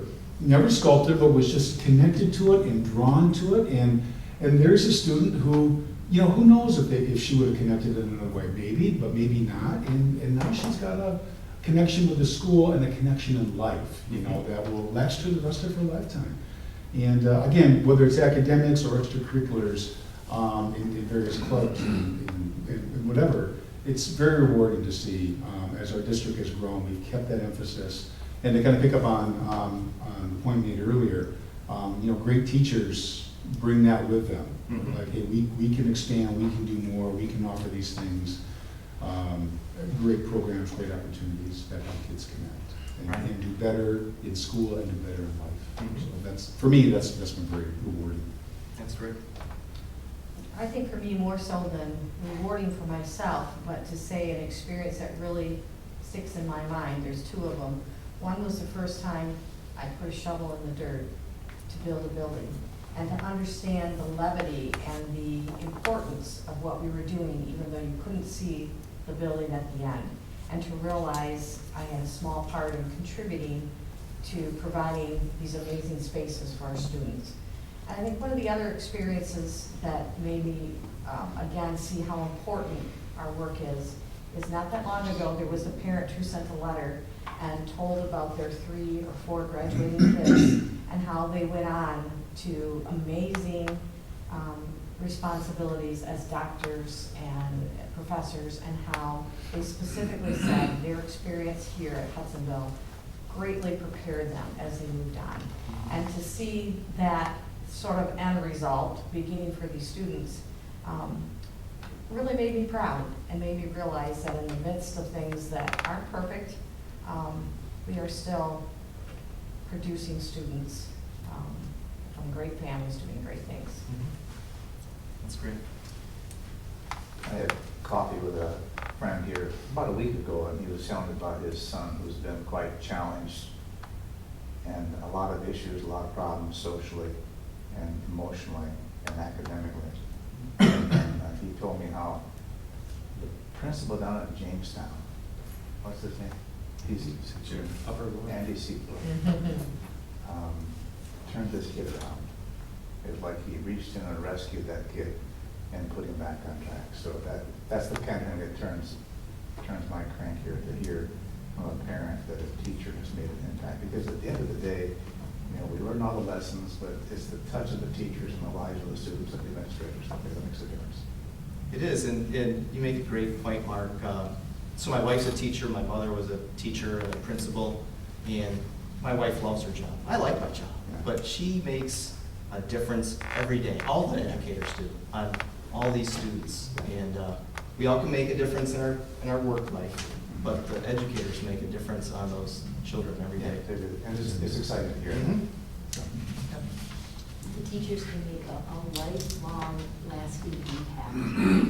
And it's just, even my son recently had lunch with one of his high school teachers before moving for law school, and just the impact the teacher had on him. And it's just how you reach out, and the teachers they can make a difference, a big difference. Sure can.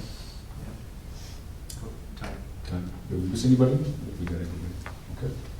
All right, thank you for the great question. That makes us think as well. So thank you for coming in, Mr. Durham, and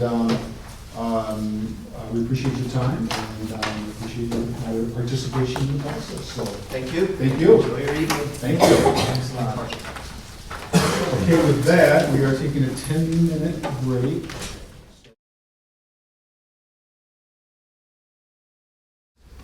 Okay, good evening, Mr. Scholten. How are you? I'm doing well, thanks for having me. Oh, thanks for being here, we appreciate that. Okay, so again, by way of process, just to kind of clarify what I went through, or reiterate what I went through at the beginning, we have 6 questions that the board will ask. It's the same 6 questions for each candidate, and the same board member will ask each question as we have with the other candidates. Okay. And then we have been finding that we've been getting through these questions and having a little bit of time left over for the candidates to ask the board a question. And then various board members can ask that question. So you may want to know about whatever, board service or the district or whatever you may have. That's a good idea.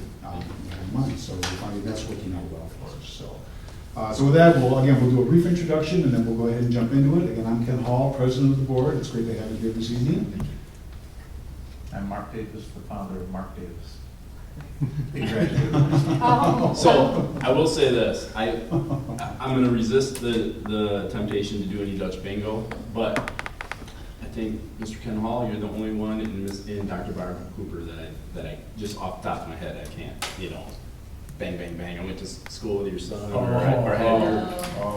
I had Dorothy, my daughters had Dorothy at Bauer, and just, Grew up down the street from me. yeah, all that kind of stuff, so. Dutch bingo, that's a new one.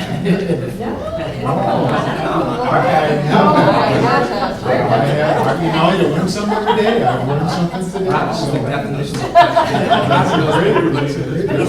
So that's as far as I'll go with it. Okay. Is Tuttle Dutch? I'll just say Chet Tuttle heard all about you from your wife's grandfather, so. There you go. There you go. Thank you for the laughs. Did you go? No. You didn't introduce? Oh, yes, Dawn, Sneedy, as you know. It's not your maiden name, That's right. it's Dutch.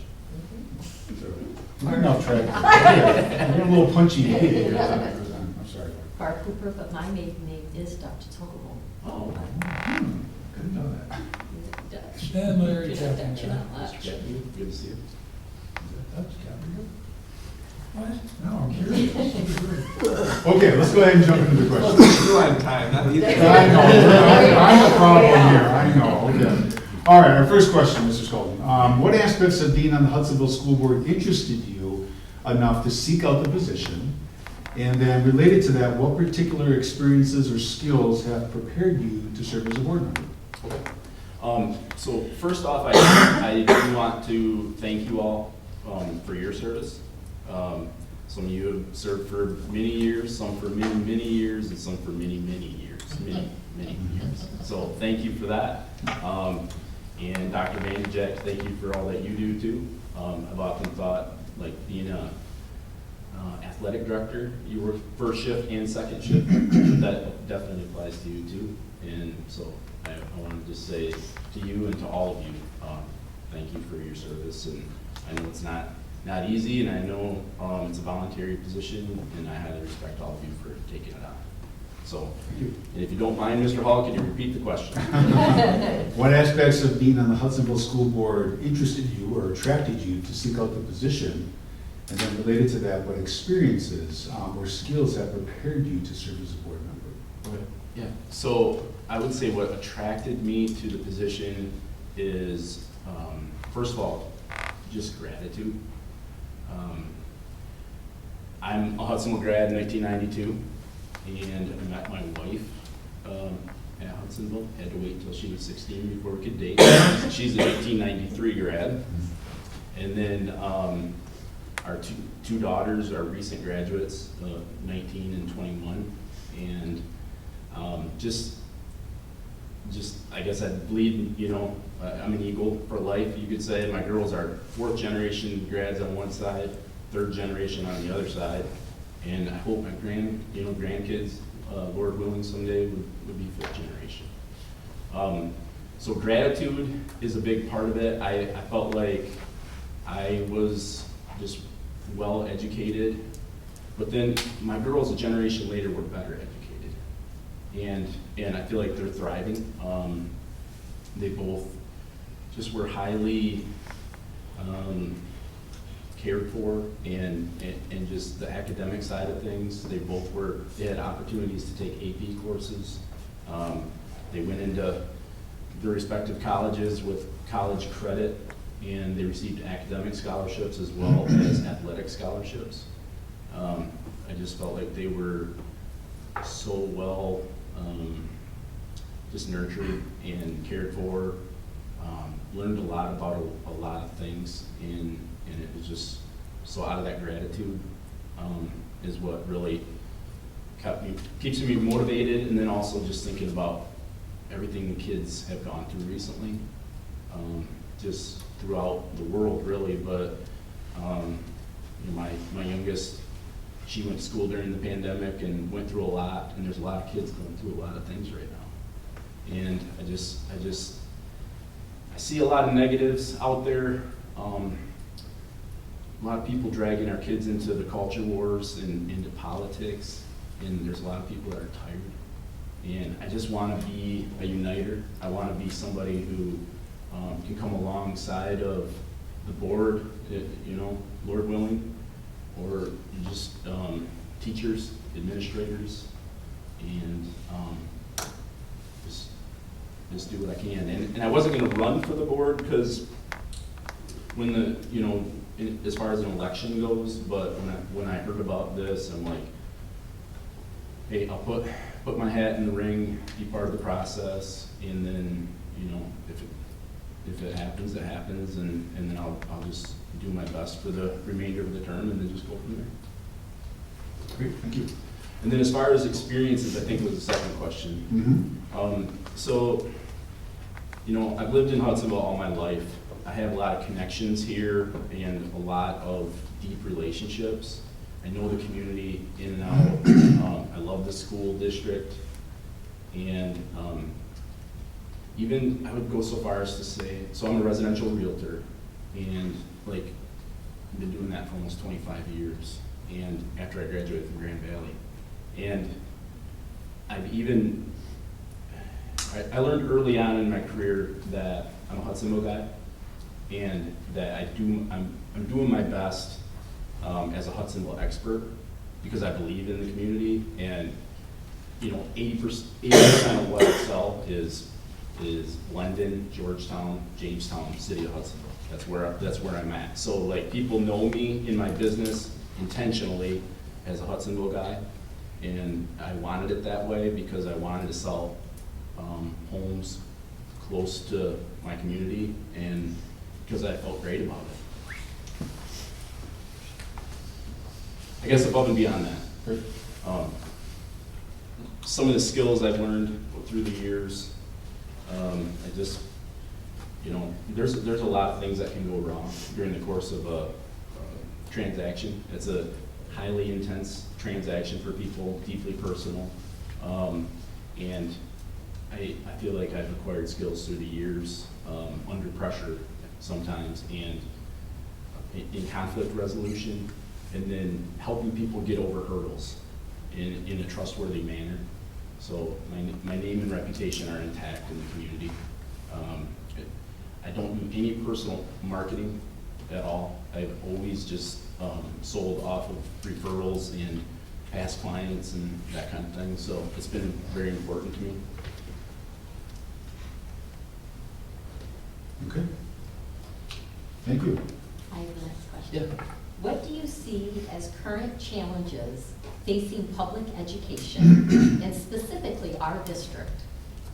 I would say the biggest challenge, which could also be an exciting opportunity, is there's been a lot of cracks in the foundation culturally, I think, through the pandemic, and a lot of distrust has been sown out there for, when you think in terms of government or health experts and education, just as a general rule, that there's a lot less taking at face value on that.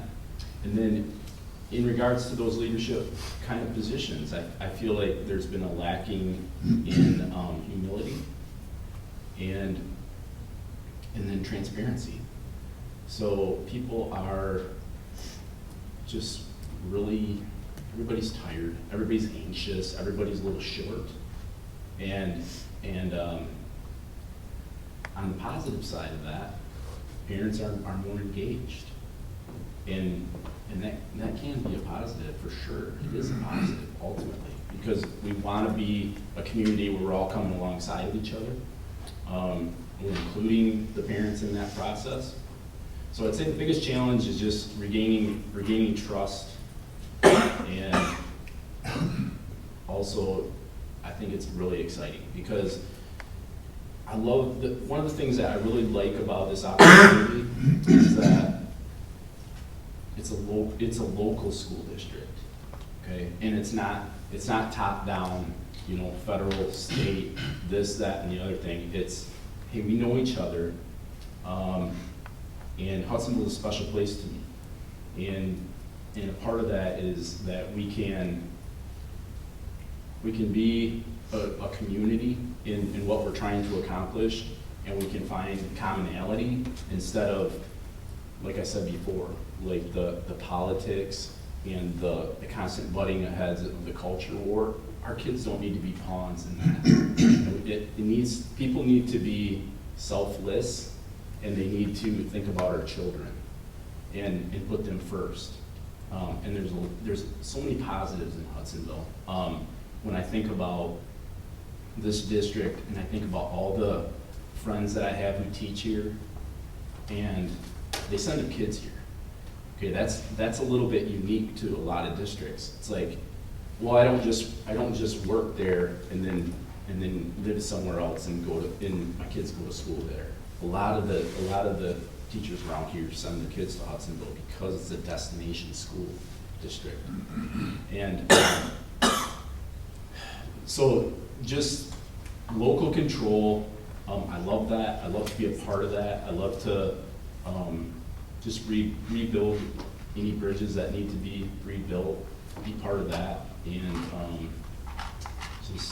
just work together. All right, next question. How do you view the working relationship between the board, administration, and staff as we work together to achieve academic excellence in our district? And what is the board's responsibility in contributing to this relationship? The first thing that comes to my mind when I think about the board's responsibility is big picture thinking, and the first thing we think about is what is best for our kids in our district. That's the first thing that comes to mind. And then working together with the superintendent, administration, parents, like I mentioned, and teachers, obviously, and the students.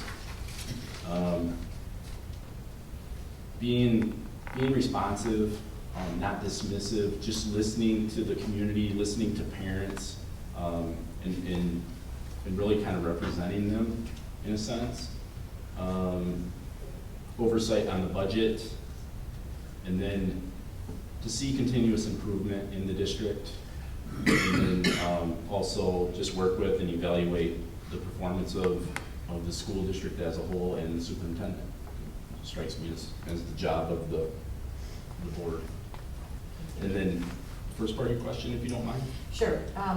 It's sort of all together, but we'll repeat that, no problem. How do you view the working relationship between board administration and staff as we achieve academic excellence, and what's their responsibility? Okay. So one thing I touched on earlier is I love just the community feel that I have in Hudsonville and the local kind of working together. And one thing, just let me give you an example of that. So I think about some of the teachers that have influenced my girls, and then I think about programs that are awesome. And one program that comes to mind is the Links program. And my girls were on varsity basketball. I had a girl on varsity basketball for 6 years straight under Casey Glass, and 2 girls. And so I know Casey well, and I'm very grateful for a lot that he's poured into my girls and the experiences they've had on that team. My youngest was on the state championship team. She was captain on that team. And I know Casey was intimately involved in starting the Links program as a special ed teacher. And I love what that program has meant to my kids and like this district and Hudsonville High School, because he took something that he saw and he's like, you know what, special needs kids are in a tough spot and they're not necessarily integrated, and maybe there's, you know, they're picked on or not understood, and then he helped these kids start a special program locally in our school that is awesome. And when I saw my daughters interact with their friends who were special needs, because they got to know them through the Links program, they were so tight, and they still maintain relationships with these kids. And I think that's a special thing that is not a top-down kind of a program. That's something that you can implement at the local level that is just unbelievable. And I think there's other challenges in our community and in our schools that we can do the same thing. If we're willing to put our own agendas to some degree aside and to just strip away selfishness, in whatever way or form that is, and realize that every kid matters in this district, every kid has a capacity to learn, and we have creative teachers, administrators, and educators, and we can take care of these kids, we can prepare them for life, and that's what we can all get excited about. We might disagree about other things, but we can all agree that Links program is unbelievably awesome. Tony, I hate to interrupt you. You have about 4 minutes. We still Okay. have 3 questions to go. Okay, sorry. I'm next, and you've answered some of this already. Okay. Let's take another shot at it here. What is your perception of the current state of Hudsonville Public Schools, and how did you come to that perception? Well, my perception is that it's somewhat divided, and there's some political division, and then I also perceive some tiredness, just like I mentioned before, so I won't overanalyze everything, but that's my perception at this moment. And I think it needs an infusion of energy, positivity, and togetherness where people put aside their personal agendas and think about the kids. Thanks, Tony. Tony, the pandemic led to an expanded use of technology in teaching and learning and working. Can you share your perspective on the positive and the negative aspects of technology as related to education? Yeah. I think the positive side of it is just how we all of a sudden were using like Zoom and able to reach kids that, you know, even though you couldn't be there in person. So that was a good thing. I think it obviously wasn't the best case scenario. We all know that. The negative part of it, are you saying in education or just as a whole technology? Mainly in education. Okay. This might be a stretch, but I guess I'll say social media and how it can negatively affect kids in a plethora of ways. How it reaches vulnerable kids and makes them believe things that may not be true about themselves, and then also just, you know, any kind of cyberbullying or stuff that goes on, or kids feeling left out because they see on social media other kids are together, and just all those dynamics. Yep. Last, what do you know about our strategic plan, which is called SOAR? And what role does the board play in the creation and implementation of that plan?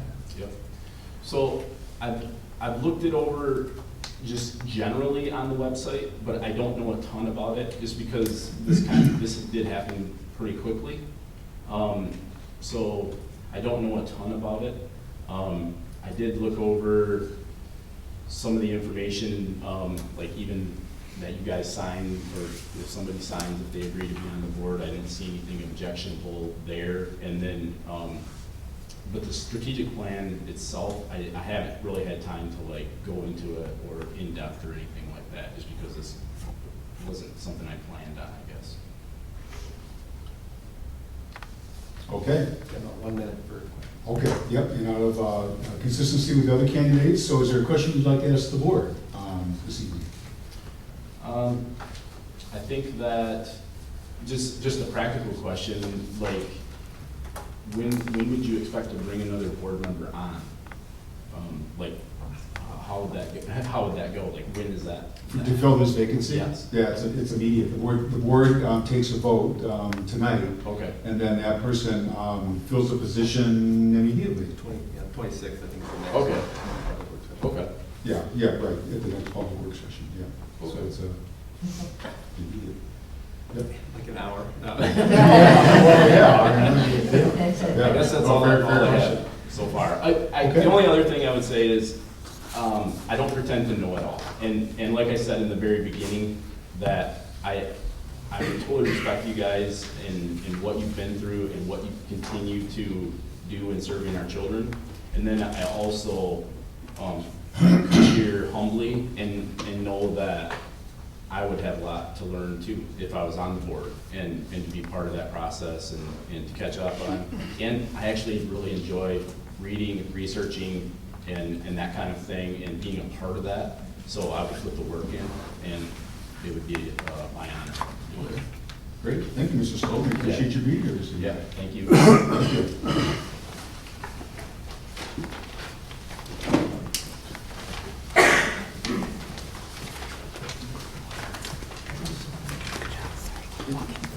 Oh, you're good. You can hand it over.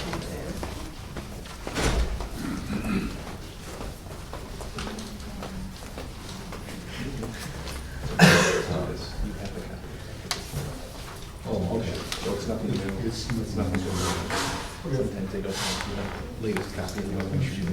Okay. Then they have the original file.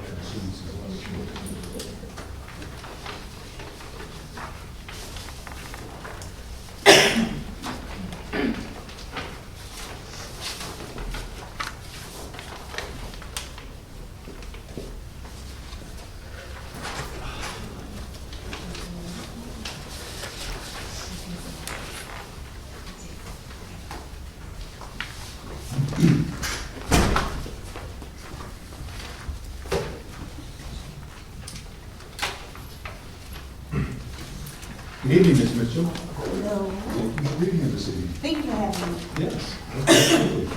So go over the, again, kind of as I covered at the beginning of the meeting, the process, or procedure, the process that we're following here. We'll do an introduction and then go ahead and jump right into the questions that we have. So we have 6 questions that we're asking all candidates this evening. Every board member is asking the same question of each candidate, so, for consistency here. And then we have been finding that after going through the questions, we have a little bit of time left, and we've been allowing candidates to ask one question of the board. And so we'll do that as well. If there's any follow-up questions to these 6, any clarifying questions, I'll say, a board member may ask that as well, but we'll stick to these 6 questions. So with that, I'll go ahead and we'll do an introduction briefly around the table, and then we'll go ahead and jump into the questions. So, okay, so I'm Ken Hall, board president, been on the board for 20 years, and we're excited to have you here this evening, so thank you. I am Mark Davis. Chad Tuttle. I'm Kelly Johnson. Tom Cooper. Larry Cappinga. Okay, we'll jump into the first. I don't matter. We'll jump into the first question. So, first question, what aspects of being on the Hudsonville School Board interested you enough to seek out this position? And then related to that, what particular experiences or skills have prepared you to serve as a board member? Thank you for asking me that question. Mm-hmm. I sought out this board and this position because I love Hudsonville community. This is our 3rd time living here, and we finally got a place here.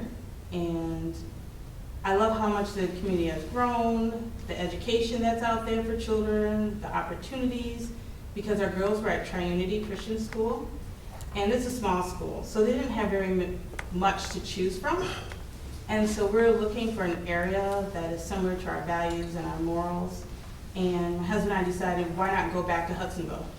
So we started looking around. Both of us had a boost in income. We're like, okay, here we go. Let's go do this. We interviewed at a couple of middle schools because we transitioned at the time when our girls were in 6th and 8th grade. And we had friends at Riley Street. And we just got involved there and we transitioned over. And everything's great. And then all of a sudden, I think when COVID hit, it was a wake-up call for me and I think the whole district to figure out what is going on, what's happening to our community. And I'm looking to bring the community back together, back into what I fell in love with, what has drawn us back to Hudsonville 3 times, starting in '98. And I want to see the cohesiveness back here in this district, because something has put a little wedge and a little rift, and I want to see it back together to what I fell in love with. Okay, and then the second part of that question was particular experiences or skills that you would bring as a board. Okay, I'm a former teacher. I graduated from Grand Valley in 2001. I've studied abroad at South Africa and did my teacher assistant there for 6 weeks, and taught for 2 years PE and health, and then life happened and I quit, took care of my mother, and went into medical assisting for 10 years, worked at Spectrum, then went to Mercy Health. And so after COVID hit, I decided I needed to be home with my girls as they did online school and managed their cases, their mental health and everything. I wanted them to have a parent home. So now I work from home for the past 2 years, working for Bark. It's a parental control app. And so everything's Zoom, of course, but it's like a whole different atmosphere, from teaching to medical assisting to now working with a community that is totally different from you, that across the US, and you have to come together for one purpose and understand backgrounds, different religions, different genders, and all these type of things. You learn how to be a better listener and to hear other sides and different perspectives. And I think doing this transition as I've grown, I've just learned to how to listen more. Even just the 2 years I've been with that company, I've grown in maturity and listening skills, understanding other sides, and how we can all come together for one purpose. So I like to bring that here to Hudsonville. I mean, the first school board I went to was 2 years ago, and as I look back and I talk with my husband, I'm like, wow, I have matured in 2 years. And I think I can help be a glue to bring us all back together again. Good, thank you. I have the next question. What do you see as current challenges facing public education and specifically our district? Thank you for your question. I think one of the challenges is finding what Hudsonville is about and having our borders and protecting our borders with Hudsonville. Because I know there's a lot of outside resources and groups outside of Hudsonville that try to bring in their ideas, and that necessarily may not fit Hudsonville. And I think we need to look at that and protect Hudsonville, see what our community needs, understand who's in our community. It's okay to listen to what's out there, and then decide whether or not does that apply to us. Does that apply to our students, the parents, the teachers, the other staff members? How can we bring that all back together? So I think we just need to protect us, but have a listening ear, and then see how that applies in our academics, curriculum, community.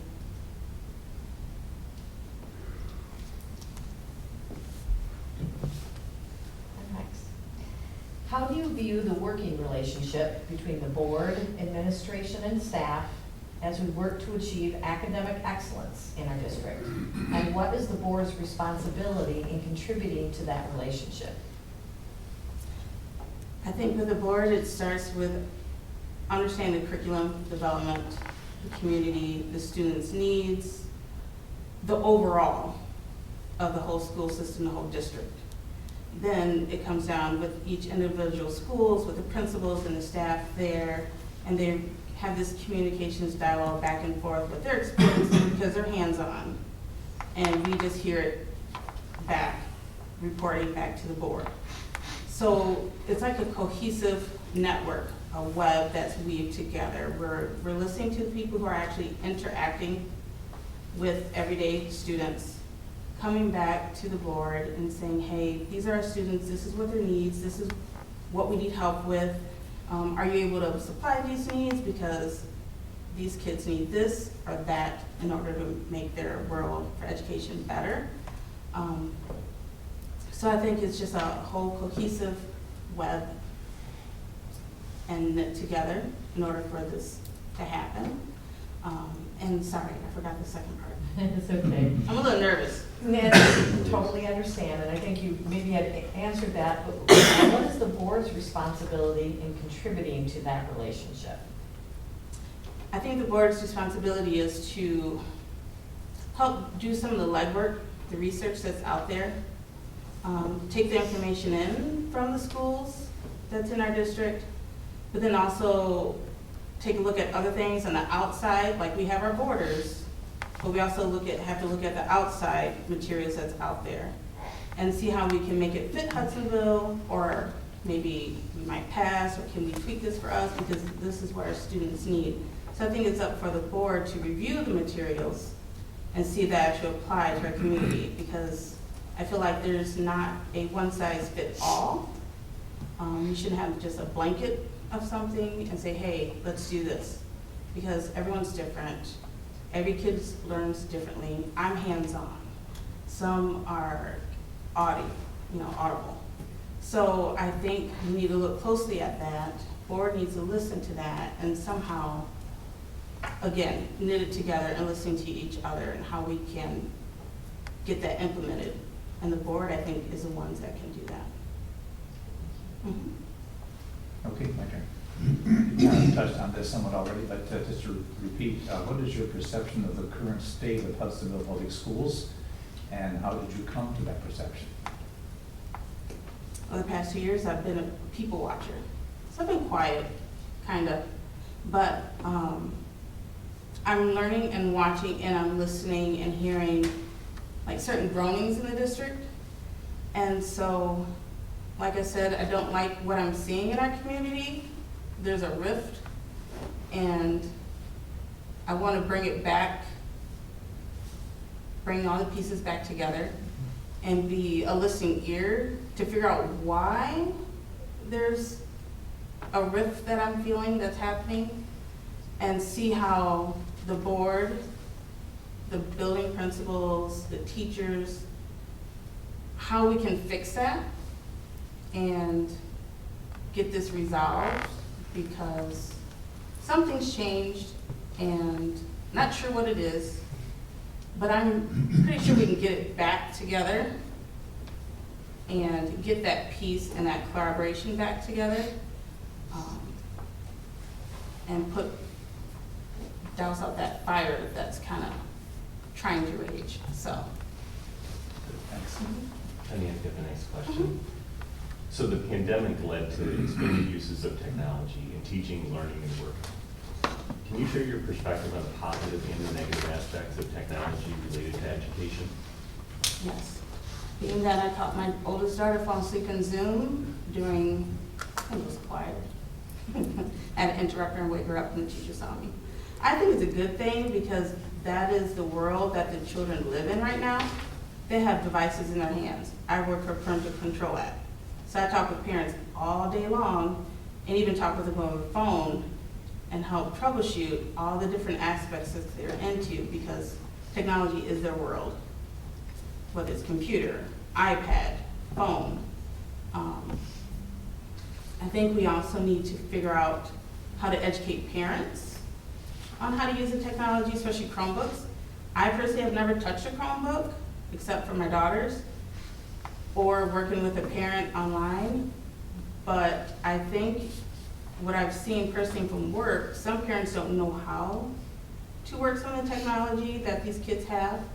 And I'm not sure if we have that type of resource for parents to understand how a Chromebook works or other devices that children have to have in the school district.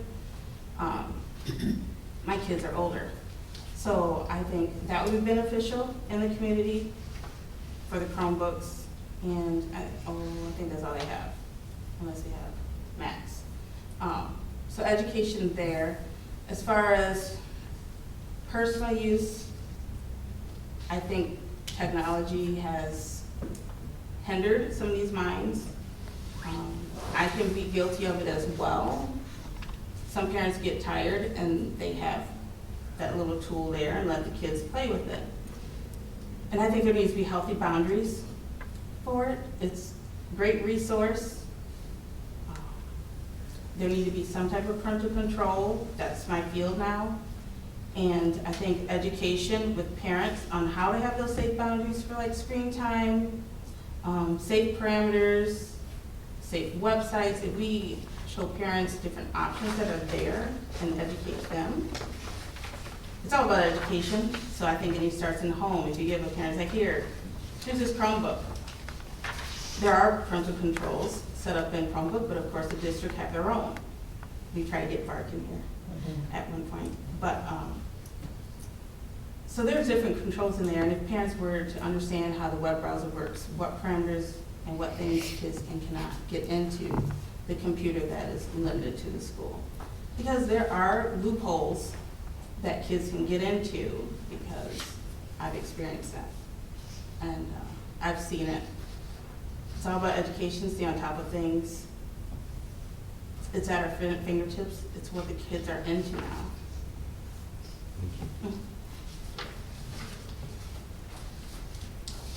Well, I'm last. What do you know about our strategic plan called SOAR?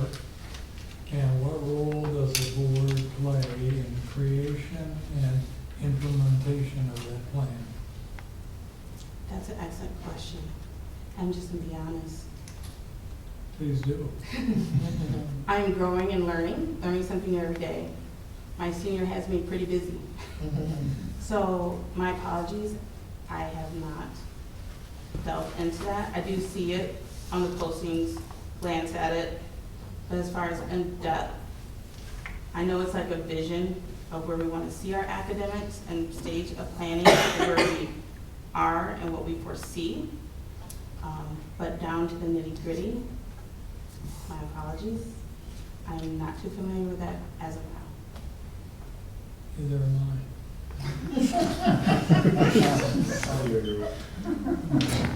Will things change?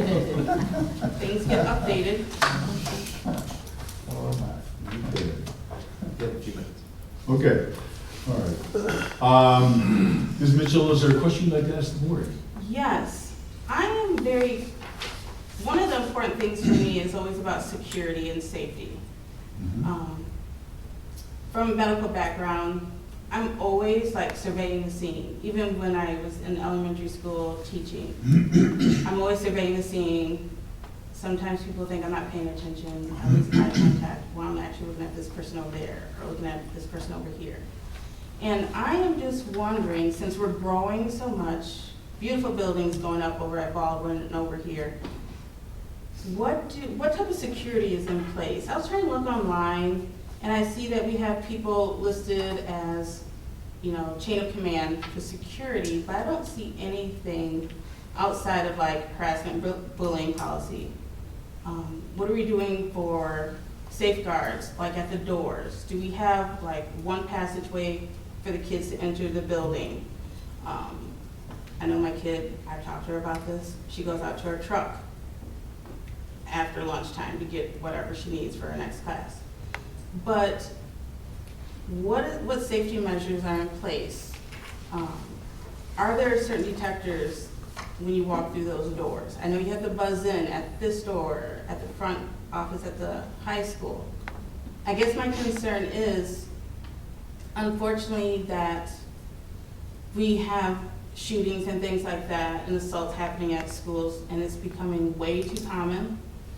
And not saying that it will ever happen here, and I don't want to compare us like the east side of the state, but something could happen here. And I don't want to see us in a position where we're not prepared and parents aren't aware. And I know we have great safety plans. You do send out those emails and texts. I get them like that when something arises. I'm just wondering, what do we have in place?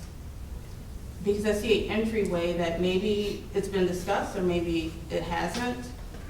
I don't see like an adult coming in, but maybe a student come off the bus, it's in their bag, whatever it may be, a bag, a nail file, you name it, anything can be a weapon.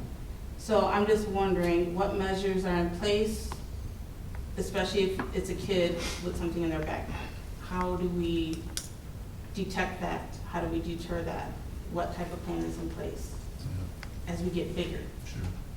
That's a very broad topic, as you can imagine, but a lot of different aspects tied to it. It's an important topic. I'm not dismissing what you're asking because it's an important topic, and it's very broad, ranging from the relationship that we have with the local sheriff and first responders to how our buildings are constructed. And you mentioned, for example, entryways into buildings and changes that you've noticed in that regard, and other things as well. Cameras that we put up, a variety of things, and some of the things that are done, and again, I'll look to Dr. Vanderjagt to check me on anything I say here, but some things we don't highly publish, because if we make the broader community aware of some of those actions, then obviously, bad people find out about them as well and figure out ways to go around them. So there's some things that are being done that we don't talk about. But there, again, a broad topic that, as a board, we, in various work sessions, talk about safety measures that are occurring, again, with new building construction, steps that we're taking with current buildings, steps that we're taking in classrooms, with, again, first responders and so forth. So we talk about all that. The superintendent has ultimate responsibility, working as a team with folks I just mentioned, to put those safety measures in place and then communicate them to the board, and the board is made aware of those. If there are financial implications to some of those, then the board has to approve those. For example, the changes in entryways, we made changes to every building, and the board had to approve the funds to make those changes. So we get engaged in that regard. But in terms of the day-to-day, I shouldn't say but, and in terms of the day-to-day safety activity that's going on in schools, like you mentioned, the student maybe coming in with a nail file or whatever the case may be. Again, there are protocols and activities that our principals really lead the effort on within our different buildings to address that. Not on a building by building cases, because we want common approaches across the district. And so tied to that, there are policies that the board puts in place and approves to make sure that we're addressing in a consistent manner across all buildings, safety measures and safety activities. So an important question, a big question, but our role as a board is primarily reviewing and making sure that we're aligned with safety measures that the superintendent and his team are recommending, approving funding as necessary to implement those safety measures. Again, being another check, another set of eyes on those, and then addressing specific instances that may come up if the superintendent says, hey, I need, we have a situation here I need to make the board aware of that may involve the students, may involve a suspension or an expulsion, and the board may need to be involved in that in some way. Dr. Vanderjack, I will look to you because you're the leader of the conversation about the measures that are put in place. And Yeah. you did a nice job explaining the relation between the board and those things that need to take place to keep our kids safe. That is the number one priority.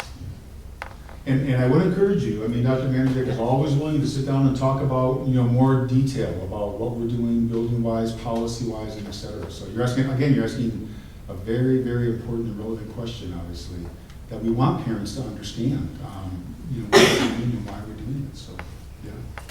So he's available anytime. I would love to speak to that in the chat. Yes, I definitely understand. You don't want to broadcast. What happens?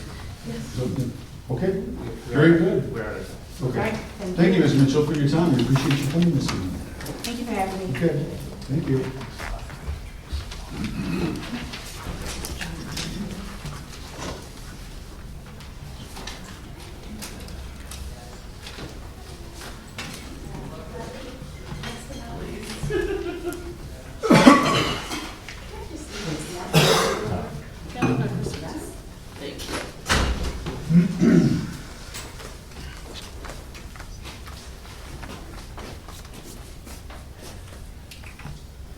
Good evening. Last of the night. Last, but certainly not least. So you got to watch a lot of students I coming did, in. I did, it was not for that. Well, thank you for being here this evening. We appreciate your taking the time to join us here. So I'll just briefly go over what we're doing again here, the kind of the procedure we're following, and then we'll do a brief introduction and jump into the questions that we have for you. So we have 6 questions that we're asking every candidate, and each board member is asking the same question of each candidate. And so we'll go through those 6 questions, and then we are finding that there's a little bit of time left at the end of the interview process where we're asking candidates, or allowing candidates to ask a question if they wish of the board. And various board members can respond to that as they see fit. And so that's how we'll proceed. We'll do a brief introduction around the table for the board, and then we'll go ahead and jump into the questions. So I'm Ken Hall, board president. I've been on the board for 20 years. And again, thank you for being here this evening. Thanks for having me. Hi, I'm Mark Davis. I'm Chad Tuck. Hi, I'm Don Seaman. I am Barb Cooper. And I'm Larry Tapping. Hi. Okay. All right, first question we have this evening. What aspects of being on the Hudsonville School Board interested you enough to seek out this position? And then related to that, what particular experiences or skills have prepared you for this position as a board member? Okay. I taught public school for 10 years. That was about 11 years ago when I last taught. And always, I had been to numerous board meetings and always thought, I want to be on the school board someday. Thinking like it's going to be like after I retire and after my kids are all grown. And just always had that I've talked about it for years of, I feel like that's such an important role in the district that I want to be in that position. For me, why I'm not on the ballot is my position right now. I'm currently a nanny. I stopped teaching one morning. I was driving to school and got in a bad car wreck. Broke my back, broke my leg, wasn't expected to walk again. And I taught kindergarten. And so couldn't really go back into the classroom. I mean, can't tie shoes and zip coats and all that. And so a position like this has always been on my radar. Currently, I'm a nanny, and my hours have just changed like dramatically in the past literal 3 weeks. And then this position came open, and I had just, I mean, my husband and I just prayed and talked and saying, do I want to try to get elected in November? And it just wasn't the right fit, wasn't the right time. My job hours were not conducive to that. And all of a sudden, my job hours changed, and I'm able to make a position like this work. I'm out of work like between 5 and 6 instead of being out of work at 8 or 9 at night. And then this position came open, and it was like, it just was this like ray of light of like, I really need to at least consider it and apply, and did. I'm sorry, I forgot the second part. That's fine. There's one question. So what yeah, experience? particular experiences or skills have Yeah. prepared you as for a board member? So teaching for 10 years. While I was a teacher, I was the board, the person in the building who was the union representative for the teachers. Just as a teacher, the sitting down with the parents, the listening to concerns, talking with the principals, hearing from both sides, you know, talking with the superintendent, making sure that what we're doing is what's best for the student. Sort of how I feel like your job is, that you're sifting through, talking to parents, talking to administration, talking to everybody, finding out whether it's the best curriculum, whether it's the best use of our money to be building something new, you know, so hearing it from all sides, I feel like that's what I did as a teacher. I know things that I'm sure everybody that you talk to, organization, you know, people person, detail-oriented, all those things I feel like I am. Feel like I go into any situation where I ask questions first. I do my research, I read, talk to other people before I make up a decision or my mind. And I feel like that's what would probably be my strongest suit of coming onto the school board. Okay, thank you. Right, April, I have the next question. Yeah. What do you see as current challenges facing public education and specifically our district? I think there's a few big ones right now. I know that you guys are grappling with the book censorship and the whole book issue. I think that's happening across the whole United States. I think the social emotional learning, that's a big hot topic right now. I think that there's lots of things, and I think that those, you know, I think that's where, as a board, you need to question. You need to research, talk to all the stakeholders, not just the teachers, but talk to the kids, talk to the parents. I feel like there's just such a great divide. It seems like things like there's becoming a gap of like parents of like people are upset about one thing if you do it, and people are upset about the other, and it seems like it's increasing lately. And I don't know if that's since COVID has happened or what, but it feels like that's broadening.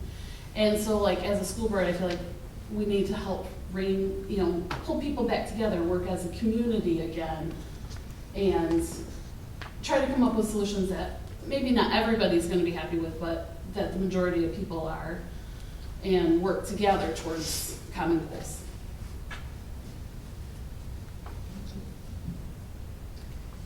So April, how do you view the working relationship between board, the administration and staff to achieve academic excellence? And secondly, what is the board's responsibility in contributing to that relationship? I think the board has a huge responsibility to talk to all the different community, to the teachers, to the students. I'm sorry. Do you want me to repeat? Yeah, do you mind? No, I I'm thinking one thing and then hear the other part. We kept you here late today, Yeah. so no problem, no problem. How do you view the working relationship between the board, administration, and staff to create excellence? And then the second part is, I think, what you would start with answering is, that's the board's responsibility. What is the board's responsibility in that? I mean, I feel like the board, obviously, of all of Hudsonville schools, the board is in charge. You know, you're the ones who are setting the policies, setting the procedures, setting the budgets, making sure things like that are being followed with the curriculum. So I think that ensuring that you have a great relationship with the staff, that you're trusting the superintendent, you're trusting the principals, you're trusting who you have, but that there's also some open communication, so if they have issues, that they can come to the board as a whole of saying, we're having we've implemented this new curriculum and it looks great and it's great on paper, but maybe it doesn't fit our students. And so the board, even though you said, oh, we've done all the research on this curriculum and it looks great, but maybe it doesn't apply to our kids or something. So I think the relationship we need to have is very open with our teachers, open with the bus drivers, the parapros, everybody, to make sure that if we are seeing a disconnect between something, that we can then go back and revise things and talk about things again. Because I think that's, it's our responsibility as a board to make sure that our kids are getting that great education here. Good, thank you. April, I think I'm next here. Yeah. What is your perception of the current status, the current state of Hudsonville Public Schools, and how did you come to that perception? So I've had kids in the district here for, I think, 12 years. I've had 4 that have graduated. I've done school of choice to make sure that my kids stay here even when I move out of the district. And partly why I wanted to live here is because the education was so strong. I think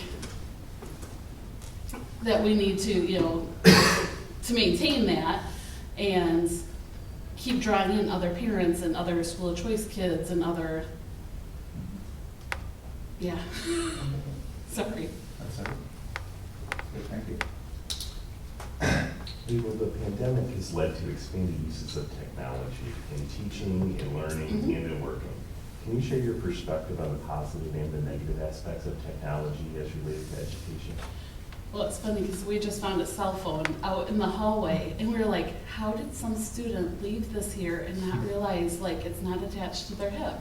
Because that's how it is. It seems like they're, I think it's opened up some great windows because there's so many new apps, there's so many new programs that can benefit the kids. But I think the downside is that, when I was in the classroom, you need to have parameters on that and making sure that they're not accessing inappropriate materials or gaming during the classroom or chatting. I think it's great for the kids to use hey, you have a project you're working on, you can set up, an interface where you can sit at home and you guys can talk and send your paper to your teacher without ever seeing them.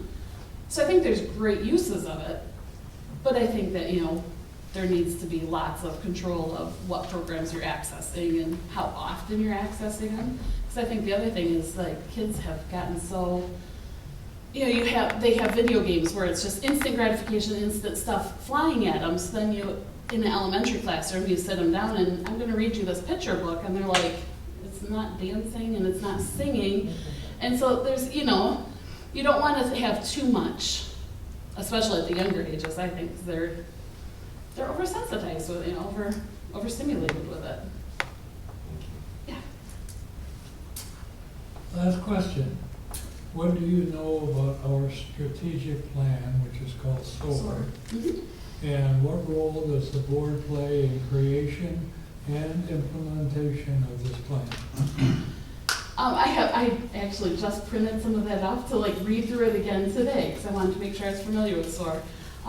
From what I know of SOAR, we get as parents, we get surveys and asking us how we feel things are going, different issues in the school, and we fill out the surveys, and then I imagine that you guys are the ones who get the results of that, or Dr. Vanderjack or the principals.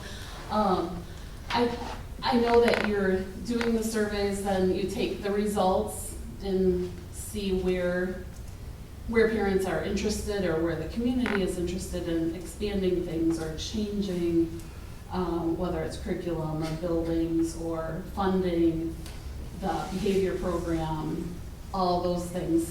And then there's gonna be committees to implement them and to discuss changes, research different options, and then implementing and revising as needed.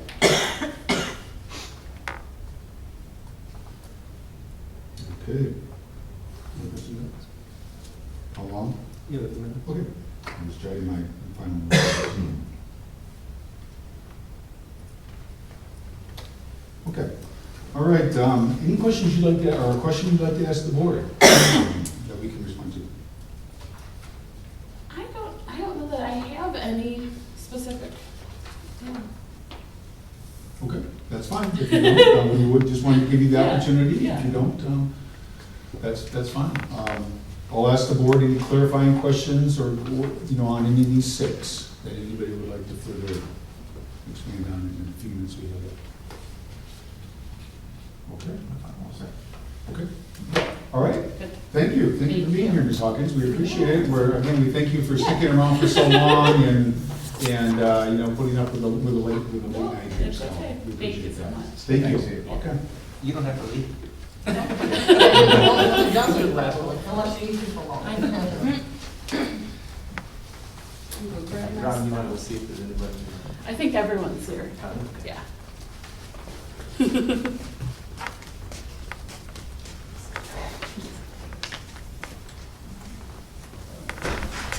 Come on in.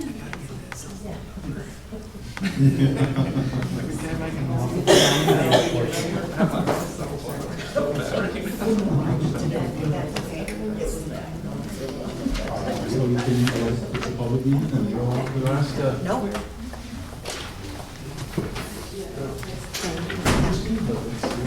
We're not sure, are we allowed to come in yet?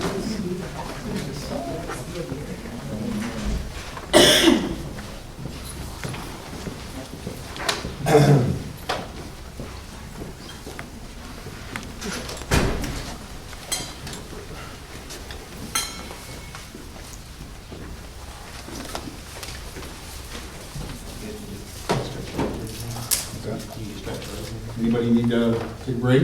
No, not a break, save a few minutes yet. Couple minutes before we go to the next thing, that's it. Oh, yeah, okay. Yeah, we'll just take a couple minutes for the board to collect their notes and finish document anything they wish to document.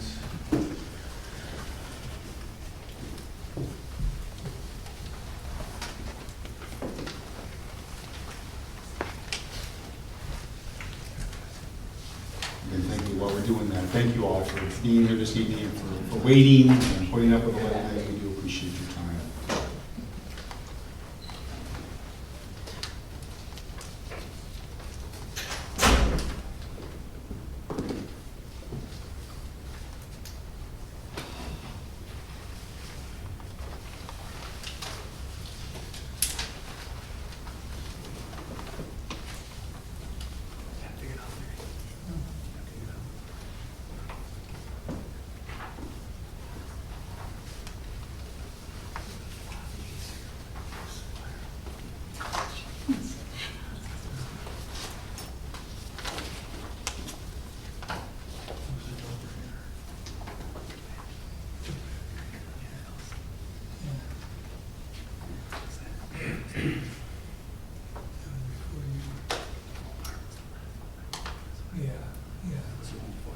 But that was.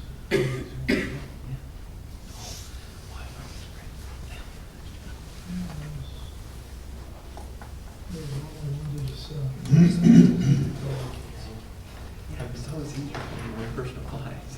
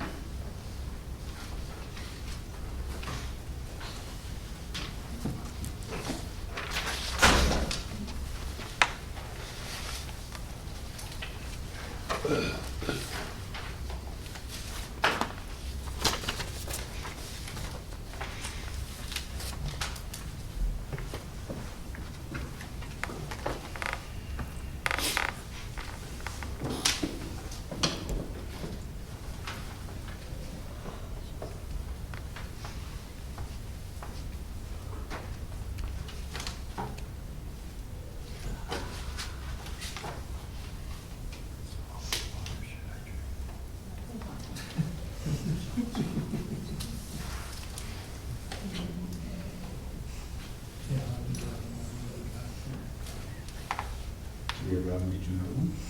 Or- Should we have Robin get you another No. one? Push that down too. You're supposed to push it, right?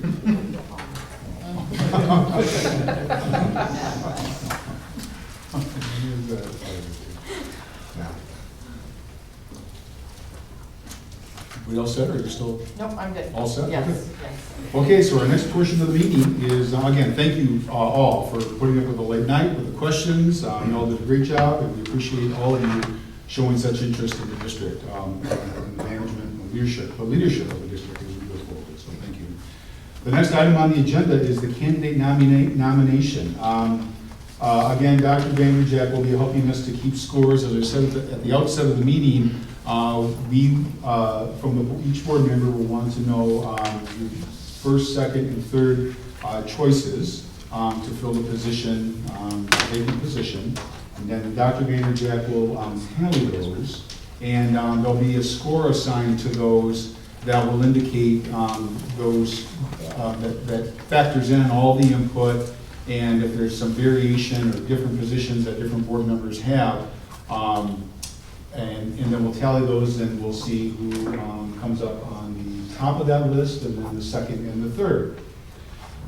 Before we go there, I believe we agreed to, as part of the process, open it up for the board for any comments that the board may want to make relative to something that is important to them in the decision-making process here.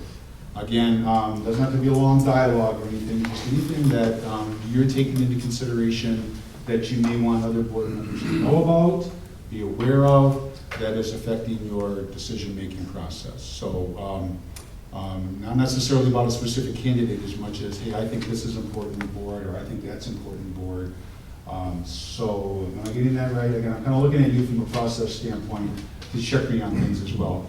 But anything that the board members would like to share in that regard, and we don't have to. We can also just go right to the reading, but I wanted to open up around that. No. You look like you want to say something, Chad. Yeah, go ahead. I'll just share a couple specific things. I was not able to be at the board work session on Monday night where we selected the candidates, and I know heading into that process, I know out of the 7 candidates we've got, 3 are current candidates for the school board, and I didn't participate in the discussion. I know that weighs in, and I could argue both sides of that. We ought to let the public decide on the candidates who are for the school board, and we shouldn't preempt that and try and select one. On the other hand, obviously those are people who are very interested in serving on the school board, and maybe they make wonderful candidates to appoint now. There's the complexity of, as I understand it, if somebody's a current candidate for the school board, we appoint them now, and they're subsequently elected in November. Ultimately, that individual would need to make a choice. Do they want to serve in the position they were appointed to, or do they want to serve in the position they were elected to? In either way, we would turn around and repeat this entire process to select somebody new to fill whichever position that person chose not to vacate. And so That's correct. Yep. I just want to say, I think ultimately, I thought the decision to include the candidates tonight was a good one. I think it was great to meet them and everybody. I thought we had 7 wonderful conversations tonight. And I'm a bit unreconciled in how I feel about that, so I did not ultimately factor that into my weighting or my scoring in any way. But something that I do, and I think is the case with most candidates, but personally, I probably gave preference to candidates who have current students in the district, knowing that, I think that having that student voice in the district currently is something that I think is an added element that is a benefit in serving. Other questions or other comments? I saw the ballot thing. Excuse me, I know you spoke to this at the work session. Right. I saw kind of the opposite of what you did, and it's a matter of wanting the public to have as much input as they can into the board members. And I was reticent with the idea of having somebody with a possibility of being elected twice. And it wasn't that that bothered me. It was giving the public power over at the board, and they didn't really like us having that kind of power. So that did have some influence on my thinking. It's not dramatic, but it has some influence on it. Other comments from the board? Okay. All right, with that then, we will go, again, each board member will indicate by name or number, Dr. Vanderjack. Prefer number, but Prefer I number. will leave it up to you. Okay. I'm gonna ask you for your top three in order, first, second, and third, on the order in which they're presented here. Can I make a statement before Yes, you you may, start? please. I do want to thank the 7 candidates. I know they've been thanked by the board. You were impressive, all 7 of you. And it's very difficult to try to pick one of 7. I'm not making the decision, thank goodness. We were kind of joking here, it is a lot easier if only one of you would have applied. You really, all of you would do a wonderful job, either on the current board or in the future. As Mr. Tuttle and Mr. Davis said, you have no idea what's going to happen. In 2 months, we could be doing this over again, so please keep your interest not only in our district, but our kids. So thank you to all of you. Okay. All right, well, I'll start the process going then by number. Yeah. Sorry. Do you want me to do I have an order here that you gave me. Oh, yeah, I'm sorry, I gave you an order, that's fine, yeah. We'll just follow that All over. right, so if I can have your first, Yes, I second, do. third, I will start with Barbara. I just need a number. 2, 5, no, 2, sorry, Okay. 2, 6, 5. Should have said there's no ties. We do this all the time in school, and people are like, well, you got 2 people. No, you haven't. Thank you very much. Dawn Sneed. I just want to be clear on the numbering here. I'm numbering these from the top down. Okay, I just need your first recommendation, your second recommendation, your third. I just want to get the numbers right on my paper here. Based I on, will take care of the numbers on this sheet. You just tell me who your first is, second, and third. Like Tiffany's number 1. Well, okay. yes. And then Oh, April yes. is number 7. Sorry. That's my confusion. Yes, Yes. sorry. I'm Yeah. so Yeah. bad guy. Yeah. Be confused easy. Yes, the order in which they presented. Okay, that's all fine. Thank Dawn you. Sneed. 2, 4, 1. Mark Davis. 2, 5, 6. Larry Kevin. 1, 5, 2. Cheto. 263. Ken Hall. 1, 2, 3.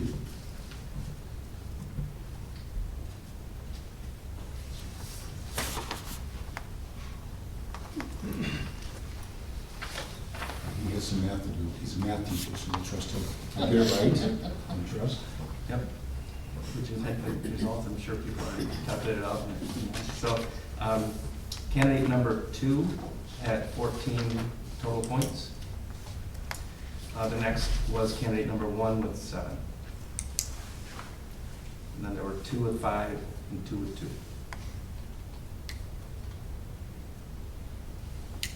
So I'll repeat that one more time. Candidate number 2 had 14. Candidate number 1 had 7. And then you had 2 with 5 and 2 with 2. Okay. That's the extent of my involvement in this conversation.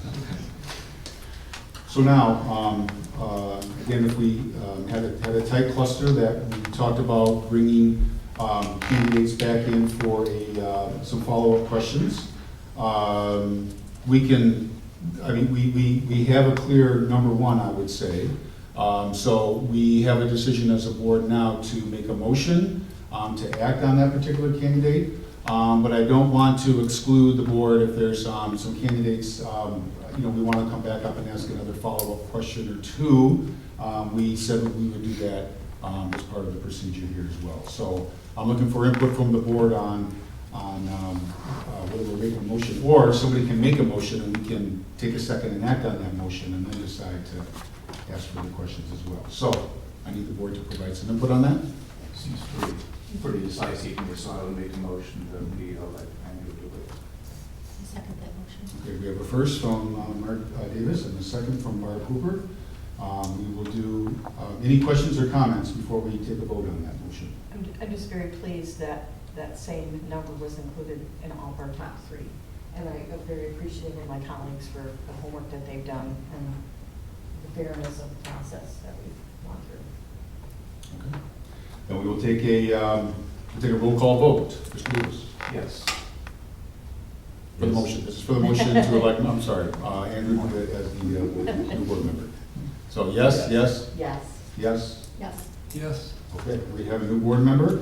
Andrew DeWitt will be joining the board. Again, congratulations to Andrew. There he is right there. We look forward to welcoming you on the board.